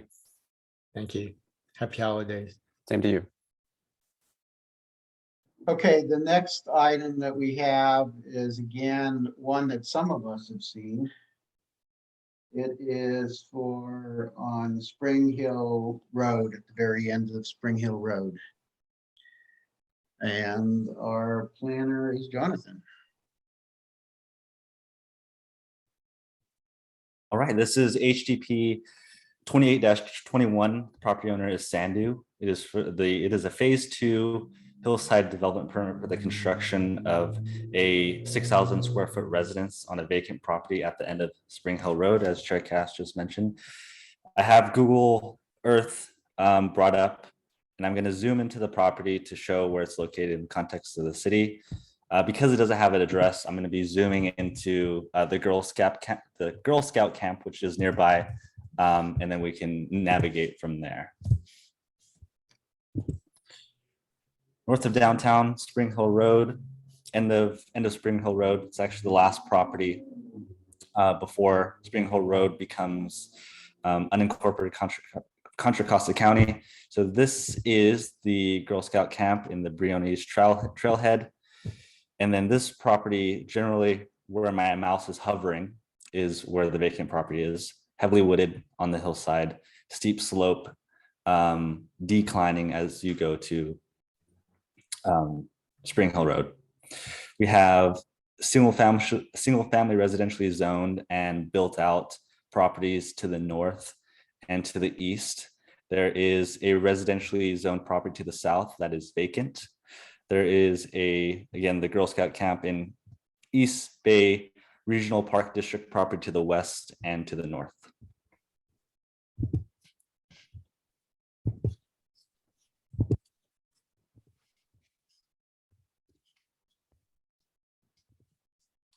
Okay, we've gone over the project details. So this is the framework for review. This is again a phase 2 hillside development permits. Just a quick overview for those in attendance. Hillside development permits for vacant properties are reviewed in 2 phases. Phase 1 is reviewed for siting and massing with the Planning Commission, and phase 2, where we are today, is looking at the design details, colors and materials, architecture, landscaping, exterior lighting, and the like. There is quite a bit of application history for this project, as Chair Cass alluded to. The phase 1 application was approved in 2015, HDP 33-15 Simalco, I believe is the name. That was approved by the Planning Commission with conditions of approval. One of the project-specific conditions of approval was for the Design Review Commission to look at the orientation of the driveway and whether or not that could be flip-flopped to retain some more trees and add more space for landscaping. And we'll take a closer look at that. Phase 2, again, this is a hillside development permit. So there's hillside development permit findings, and then the subsequent permits that are tied to this project are those for design review for structures exceeding 17 feet and also 6,000 square feet in gross floor area, a grading permit for grading more than 50 cubic yards, and a tree removal permit for the removal of over 20 trees. The exact number we'll have to nail down when the applicant submits an updated arborist report. So I wanted to go through siding, massing, and design before we get to the recommendations. So this is a snip from the architect's plans, the site plan showing where the house is located in response to the phase 2 application, the previous phase 2. So I'll just make a quick clarification. Phase 1 approved in 2015. The applicant did submit a phase 2 application already in 2017. The property owner at that time was Ozandag. That phase 2 application expired. So this is an entirely new phase 2 application, but you'll see in the plans that the new design is often compared to that previously approved project. So that red triangles illustrate where the previously approved project stood. This project is generally in that area, but it is tucked more into the hillside. Doesn't go any closer than the 40-foot setback that was approved by the Planning Commission at that time. So the access is proposed by a new driveway coming off of Spring Hill Road on the east side of the property. Previously, the driveway was the same entrance point was proposed, but cut across all the way along the front and wrapped around where the garage was on the western side. So they've reduced the size of the driveway by flip-flopping the location of the garage. This is a massing model, again, from the applicant's design plan showing the difference of the previously approved project. So the white is what was approved by the DRC in 2015, and the darker shaded area is what's being proposed. The main differences you'll see are the width of the residence has decreased, has shifted slightly to the east. One of the benefits of the current design is that, well, there's the benefit of the building envelope has decreased, the width of the residence has decreased, but also the two-story elements have been pushed back. And you can see that here where the white is protruding right at that 40-foot setback. And now that is for a courtyard, and the two areas that are at that 40-foot setback are now single story. The height of the residence is slightly above what was approved in phase 2. And that is one of staff's recommendations, is to bring that height down to what was approved in that previous project. In terms of design, and also in relating back to massing, one of the changes was that the building envelope, the overall massing has shrunk. So you can see here the outline of the previous approval, two-story elements hovering over the eastern part of the property that's closest to the neighbor to the east. So you get that second story step back a lot more in this design, pulling that second story away from the closest neighbor to the east, and also overall decreasing the width of the residence. In terms of colors and materials, they are the colors, the shade of colors that we typically see in the Hillside Overlay District that help blend in the residents with the hillside. Staff is supportive of the colors, supportive of the exterior lighting that is dark sky compliant, shielded, and aimed downwards. Supportive of the articulation and the step backs that were provided again to the eastern neighbor, and then also to Spring Hill Road, where the closest neighbor, I believe the address is, I don't want to misquote it, but it's right across the street. I can look that up in a second. That is also coming further back as well.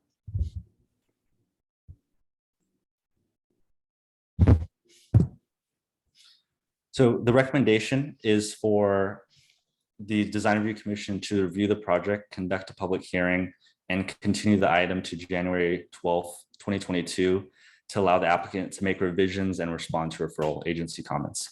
So in general, staff is supportive of the siding, massing, and design. We find that it's consistent with the phase 1 approval, and has made improvements upon the massing and design from the previously approved project. But we have not produced a resolution for the commission tonight because there are some substantial comments that the applicant will need to address: the stormwater control plan from the city engineer, comments regarding emergency access from the fire department, and comments about structures being built within the easements owned by the East Bay Regional Park District. So we're recommending that those are addressed before the Design Review Commission takes final action. Here for any questions. Thank you, Jonathan. Commissioner questions for Jonathan? Yes, John, please. Thank you. So I was not on the Design Review Commission the last time this project was reviewed. So I wanted to better understand the comment regarding driveway flipping. I did see the current design compared to the previous design and understand, Jonathan, your explanation. Was the suggestion to flip it, to have the driveway entered from the west side of the property rather than the east? That's correct. And so that's not done, but does it seem to you, Jonathan, like the revised design has met the intention of that that study to allow more trees to remain and screen the house above the street? I do. I think it accomplishes the same goal by flipping the location of the garage and Okay. reducing the length of the driveway. If I can add something, the chair last time was a civil engineer, so we looked at that and it was determined that that was not really a preferred option. Even though it was recommended to look at it, it was more of cut and fill and more trees coming out, and it was not the preferred option. Okay, thanks. Okay, any other questions? Okay, let's move on to the applicant. Stephen going to be it, or? It's me. Okay, How are you? Good evening. My name is Stephen Kubicek, and I'm the designer of the project. I'm going to share my screen here. Jonathan did a great presentation, and I don't have a lot to add to it. Let me find, there it is. Okay. So some of the things that I want to talk about, the Sandu residence is a 5,052 square foot home with an attached 2,187 square foot garage. And I think that this drawing right here represents the best change that we've made to this project. Jonathan's already articulated this very well. I'm going to just add a little bit to it.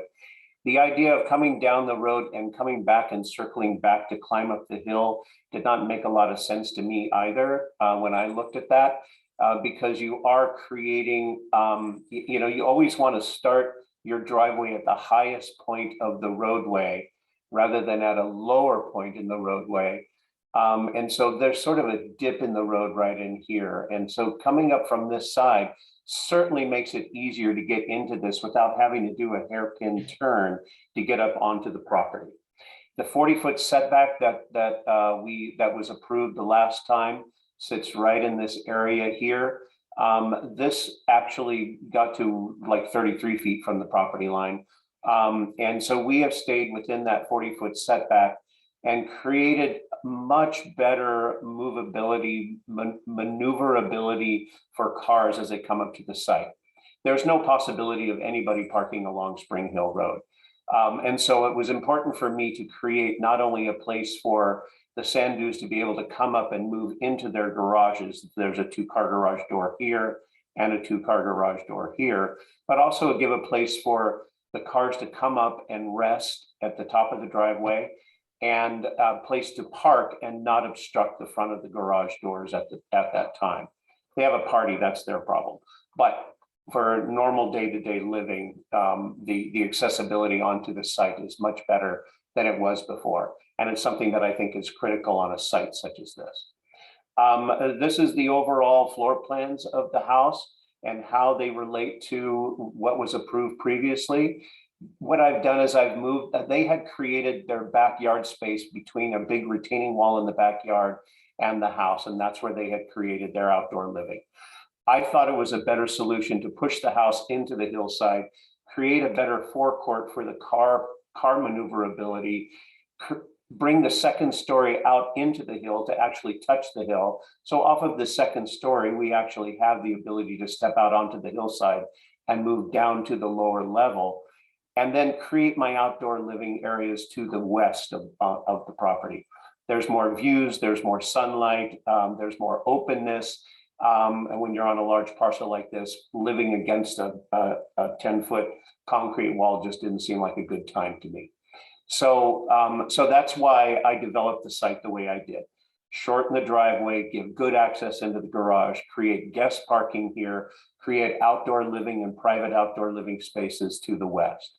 Second story digging into the hillside and approaching the hillside as well. Still giving accessibility through the use of some, I don't want to say they're insignificant, but they're reasonable retaining walls in this area so that the fire department has access around the property to get up into the upper reaches of the property if necessary.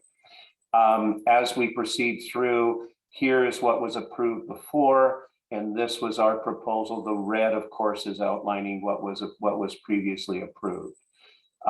There is the house had some large areas of mass that were sticking up, as well as these sloping roofs. I've tried to keep the house within and lower than what the previous house was. I do have this section of the roof right along here that is in fact higher than what was previously approved, but we're talking about this peak right here.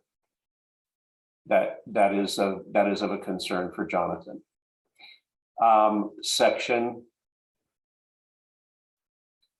Here's a section of the house as the hillside comes down. You can see how I've dug the house into the hillside and integrated the steps in so that we can get access around the property.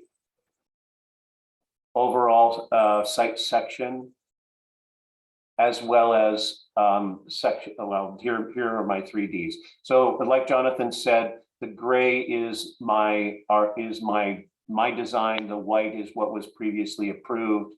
And you can see that it overwhelms my design in a big way. You can see how I've pushed the house into the hillside from what was previously done.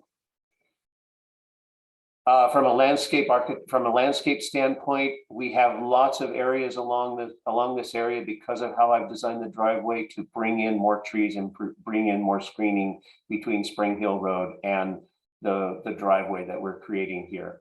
And we also have natural screening that we're leaving in this area. There's some dead trees in here that are coming out, and we are replacing a few trees in that area. And this is going to become the outdoor areas of the property for outdoor living. This is plants that we have proposed. And let me just see if I have anything else I want to say. I think that the only thing that I have a problem that I have a concern with on the staff recommendations is the first item of reducing the height of it to meet the height of the previous house. Because we're talking about that triangle. Getting rid of that triangle changes the integrity of the architecture, I believe, in a major way. Because what I would do is I need to go from one side to the other. I would probably just lop that off and be flat. But the point is the visibility of this and the removal of the mass of this house more than outweighs this little peak of this roof from this point to this point. That's the only area that is of a concern. And that concludes, and I'm happy to answer any questions that you might have. Yeah, I have a question for you, Stephen. The loggia that your little cursor was near, what's the setback on that? You know, I don't know the answer to that, Glenn. I apologize. And it looks like it's in beyond the 40 feet.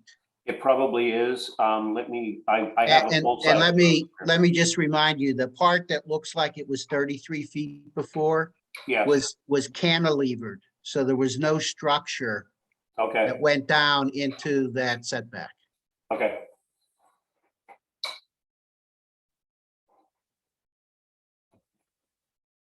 Other commissioners, questions? I am scaling at that point at 33 feet as well. Yeah, that's going to be a problem because it was set at 40 feet by Planning Commission and City. And so we really need to adhere to that 40 feet. Okay. All right. Okay. Let's move on to community comments. Any other questions from any of the other commissioners? No, no one raised their hand. All right, thank you. I don't see Eugene anymore.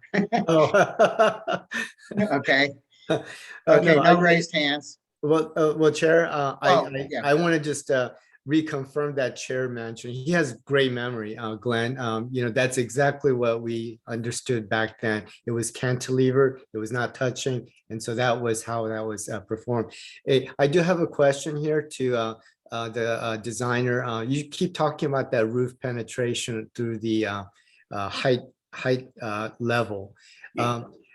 The height level that is drawn in red, was that the previous design, or is it the regulation line? Is that our city's height restriction line, or is No. it what was previously designed by the other architect? Or Jonathan, designer? this is the midpoint of the highest roof, which is Yeah. still less than 20, I think, what does that say there? 25. Yeah, so it's a previously 26, just under approved line. 26 feet. So we're Right. we're well under the Yeah. allowance. So on that question, sorry, I'm slightly out of order here, Chair. You're always so forgiving. But Jonathan, was that red line at the point of city's permit, like the ordinance height limit? No, the building height is well below the maximum building height Okay, allowed by the okay, district. That's okay. just what the previous approval Okay, was. got it, understood. I'm just trying to understand Stephen's, narration about that issue there. Okay, very good, thank you. Okay, so Sarah, do we have any public comments on this project? If you would like to make a public comment, please use the raise your hand function at the bottom of your screen, or *9 if you're calling in. And I will have a hand raised. Doug is entering the meeting now.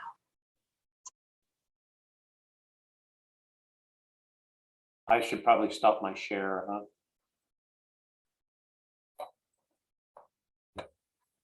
Yes, Doug, you may speak. Thank you. Appreciate Planning Commission and your time involved. I'm Doug Dalzell and my wife. We're at 3541 Spring Hill. We are just a couple stone throws down the road from the project. Just opening comments. The new structure, Stephen, that you've got, and the design, I like it a lot. I think it's good.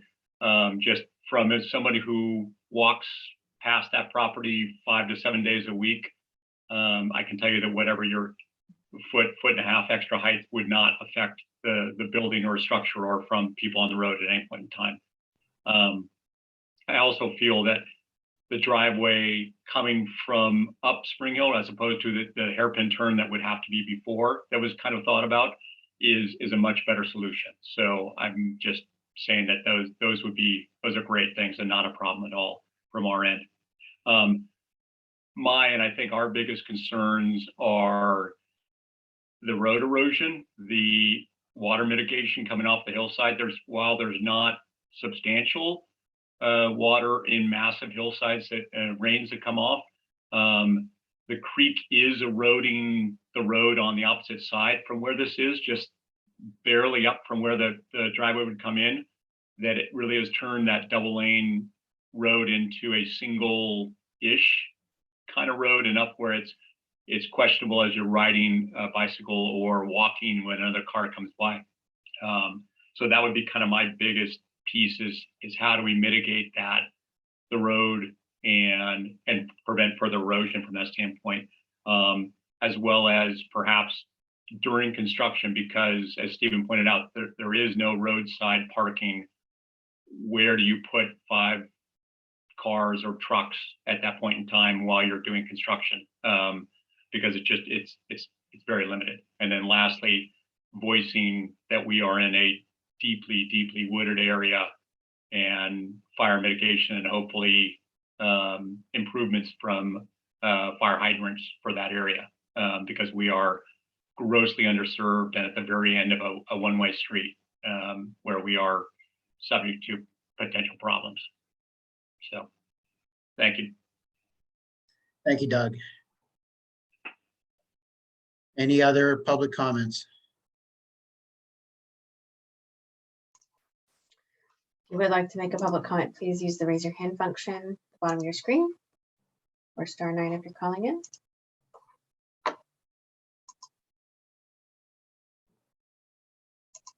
Okay, Stephen, you want any rebuttal on Doug or comments? No, I raised on Doug's? Doug was actually very complimentary, and I appreciate that from a design standpoint. And I think that his comments are valid. We are in a high risk area. I live on the north side of Lafayette as well, and I think that I'll take the opportunity to grandstand about our tree mitigation ordinance right now. I think that we have too many trees that we're replacing into these areas and creating more fire hazard. And I think we need to be very cognizant of that. I know that we have certain rules in place that we have to adhere to now, but I think that it's something that the city has to look at as we move forward with climate change and that sort of thing, to take care of the number of trees that people are adding to their properties. Historically, I've been doing work in this town for 30 years, and historically people have said, oh, we love our trees, but times have changed, and we do all love our trees, but we have too many of them, and it's not the way Lafayette was originally, and it creates a fire hazard. And on a site like this, it becomes a really major kind of situation if we have too many trees that we're replacing because of trees that we're taking out. So anyway, I will leave it at that, and I'm happy to answer any other questions for you on that or anything. Just for your knowledge, Stephen, there was a subcommittee that addressed the tree ordinance on November 18th, if I recall. Awesome. And no, didn't get comments like yours, so you didn't see changes. I wish So I you wish need I'd to make known those about it. comments to the people that count. Yeah, I wish I'd have known about it. I'm not a city councilman. I can't change it. Yeah. Okay, any other, okay, so let's go with Commissioner Glenn? recommendations.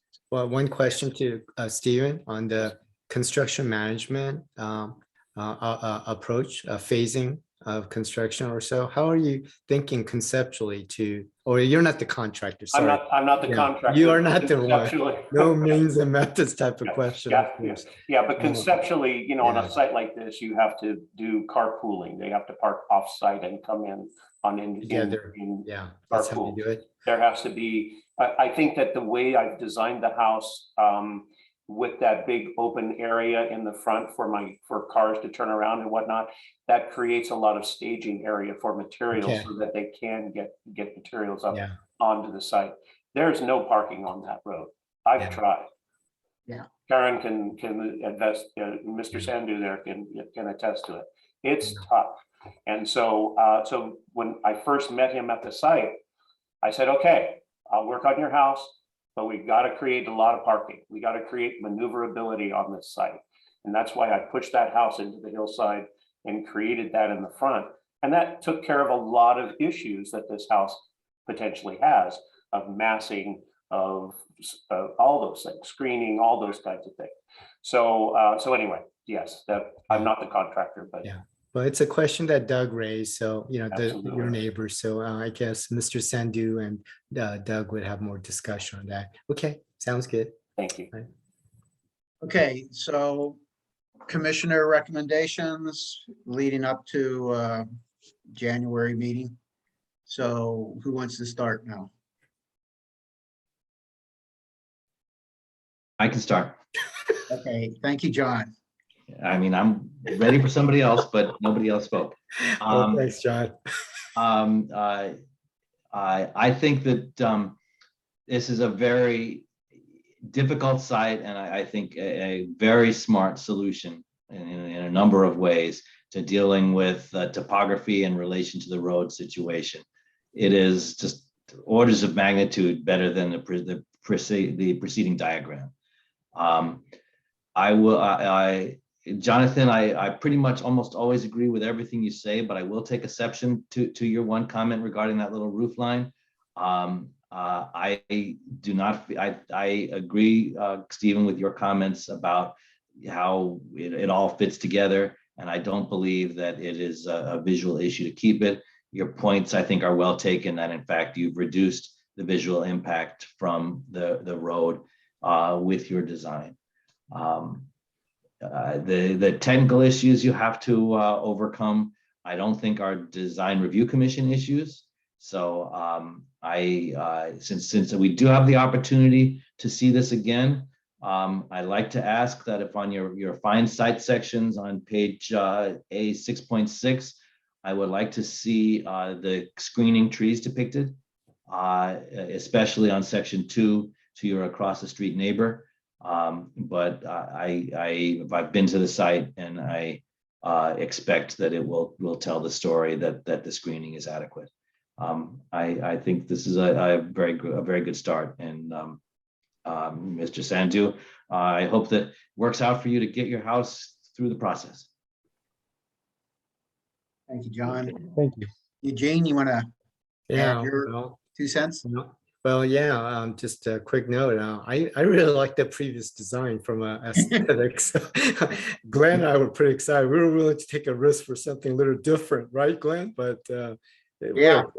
And we like your projects too, Stephen. And Mr. Sandu, I think you have a very well-designed project at this point. But I think a lot of the concern back then, if I recall, was cut and fill and their the import soil and all kinds of grading issues out there. And that was because of the driveway, I think, too. But yeah, because it's such a hilly area, we probably will be looking at that closely. And you're going to have a civil engineer obviously involved to do that. I think the neighbor above the hill or somewhere nearby was concerned about the erosion of soil and other things too. So we'll have to revisit that history. But I think your building, the building is very compact, and it's really, I think, well conceived. It's a different style, right, Glenn? Yeah. Totally different, right? But I think Mr. Yeah. Sandy, you're gonna be happy. And for me, everything that you see from the front, but I think you got to think about the other issues that John is talking about, right? That we have to resolve there. But from a design standpoint, I have no comment here. Stephen, do something unique here, though. Don't do your signature style everywhere.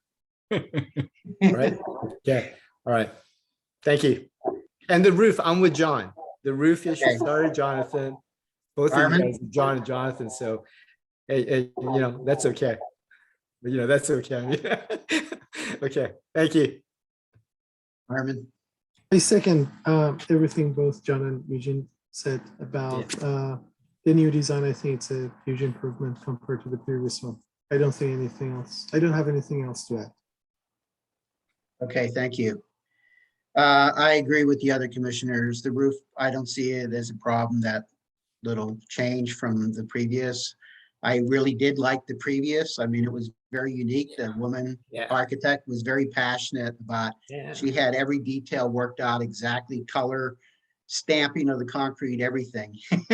Okay, but it didn't happen. So That was there. we're at a new project, and I encourage you to work diligently with the city engineer, because the construction management plan and the drainage plan are going to be key elements. Also, if I remember correctly from last time, this is a private road, or that section of the road is private. So work with the association, because they spent a lot of money. 10 people paid for repaving, if I remember correct numbers. One of them didn't, 11th one didn't. And so they're very passionate about protecting that pavement that they spent a lot of money on, and not having heavy trucks destroy it. And the fire danger is the fire danger. Yes, so you have a lot to take care of in the next month. And we'll look forward to seeing you. We'll make a recommendation. Yes, John.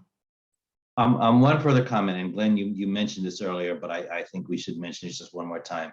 Where the loggia is encroaching in the required setback, I think we all agree we would like you to work within the approved setback that the planning commission set out.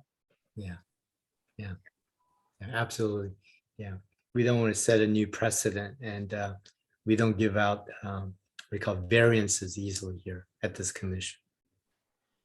Okay, so do we have a motion? I'll make a motion that we follow through with those recommendations for the January, Jonathan, remind me, 22nd, 12th. January 12th meeting. Do I have a second on that? Oh, yeah, I second that. Second. Okay, all in favor? Armin? Aye. John? Aye. Eugene? Aye. And Glenn is an aye. Okay, thank Thank you. you, gentlemen. See you Thank next very month. much. Have a Thank good you. holiday. Thank you very much, everyone. Thank you, Mr. Have a Okay. good night. Good night. Okay, so what do we have now? If we could take a minute or two, I would like to address Larry's issue, which I have to apologize because it is posted on the site. The two letters are posted on the site. Although I didn't get a notice that there was any additional posting, which I usually do get. And Yeah, so nor did for I. me, I looked at these on Saturday. I went out to the site on Saturday, so I never even pulled it up to see that there was two new letters that were addressed. So I think Joshua needs to either, number one is he needs to address them more as a critique of the letter, exactly what their comments were. Now, I don't know if any of you have actually looked at the letter since the comments came up. But mostly Larry's comments are not things that we're going to be able to do much about, okay? He doesn't like the size of the second story. It is what it is, okay? He was concerned about pollution generated during the demolition. Again, it's an older house. I don't know, it's pre-1978, so it may have some lead-based paints on some of it. Other than that, the paints are intact. The existing residence is in good shape, so there's not a reason to believe that there'd be a lot of air pollutants. And there's dust control requirements that are established by the Bay Area Air Quality Management District. Regarding traffic and noise, you know, he says truck traffic is a problem. Well, actually, Peardale is actually a 2-lane road. That's a luxury in my world. I have a lot of construction on my street and it's a 1-lane road where I live. And he didn't like the idea that the notice went out and they only had 7 business days to respond, and that it included the Thanksgiving holiday in that period. That's an ongoing comment that we get from the community whenever something happens around a holiday. But nevertheless, is that, you know, we would have complaints that we don't get anything done if we skip all the meetings in December and November. So it's just something that we have to live around. So I don't know, Sarah, how you want to address that. I'm sure that he is going to take that up to a higher level and complain. And I apologize that I hadn't read it and wasn't aware myself of what his comments were. Yeah. But if staff can help us out, that would do a lot to assist us. Certainly. Yeah. Oftentimes when we get, comments the day or the day before a meeting, that will be forwarded to us by email because I don't know where I would even find it. But I do make the effort to read comments, even if they're last minute, ahead of a meeting, and often will, send a note to staff asking if it could be addressed as part of a discussion. Yeah, he posted those on Tuesday, by the way. So Yesterday. they just, yeah, yesterday. So, Joshua, and If also, those could be emailed, we just otherwise won't know they're there. Yeah. certainly. Okay, on other commissioner stuff, just to let you know, John and I have been working with the SB 9 subcommittee to come up with objective design standards for single-family residents to address the SB 9 new requirements for lot splits and additional construction in what was otherwise single-family residential zoning. And we have one more meeting of the subcommittee on December 6th, and we have already gone through a phase 1 where we have drafted up standards. Staff is diligently putting them together, drafting up the ordinance at the same time. So we're hopeful on December 6th, it will be mostly a review of what was already done. There will be a phase 2 at a later date, but I think we have some good things that we were able to introduce. And I know we have one developer that's not happy about what we produce, so I guess we've accomplished something. Yeah.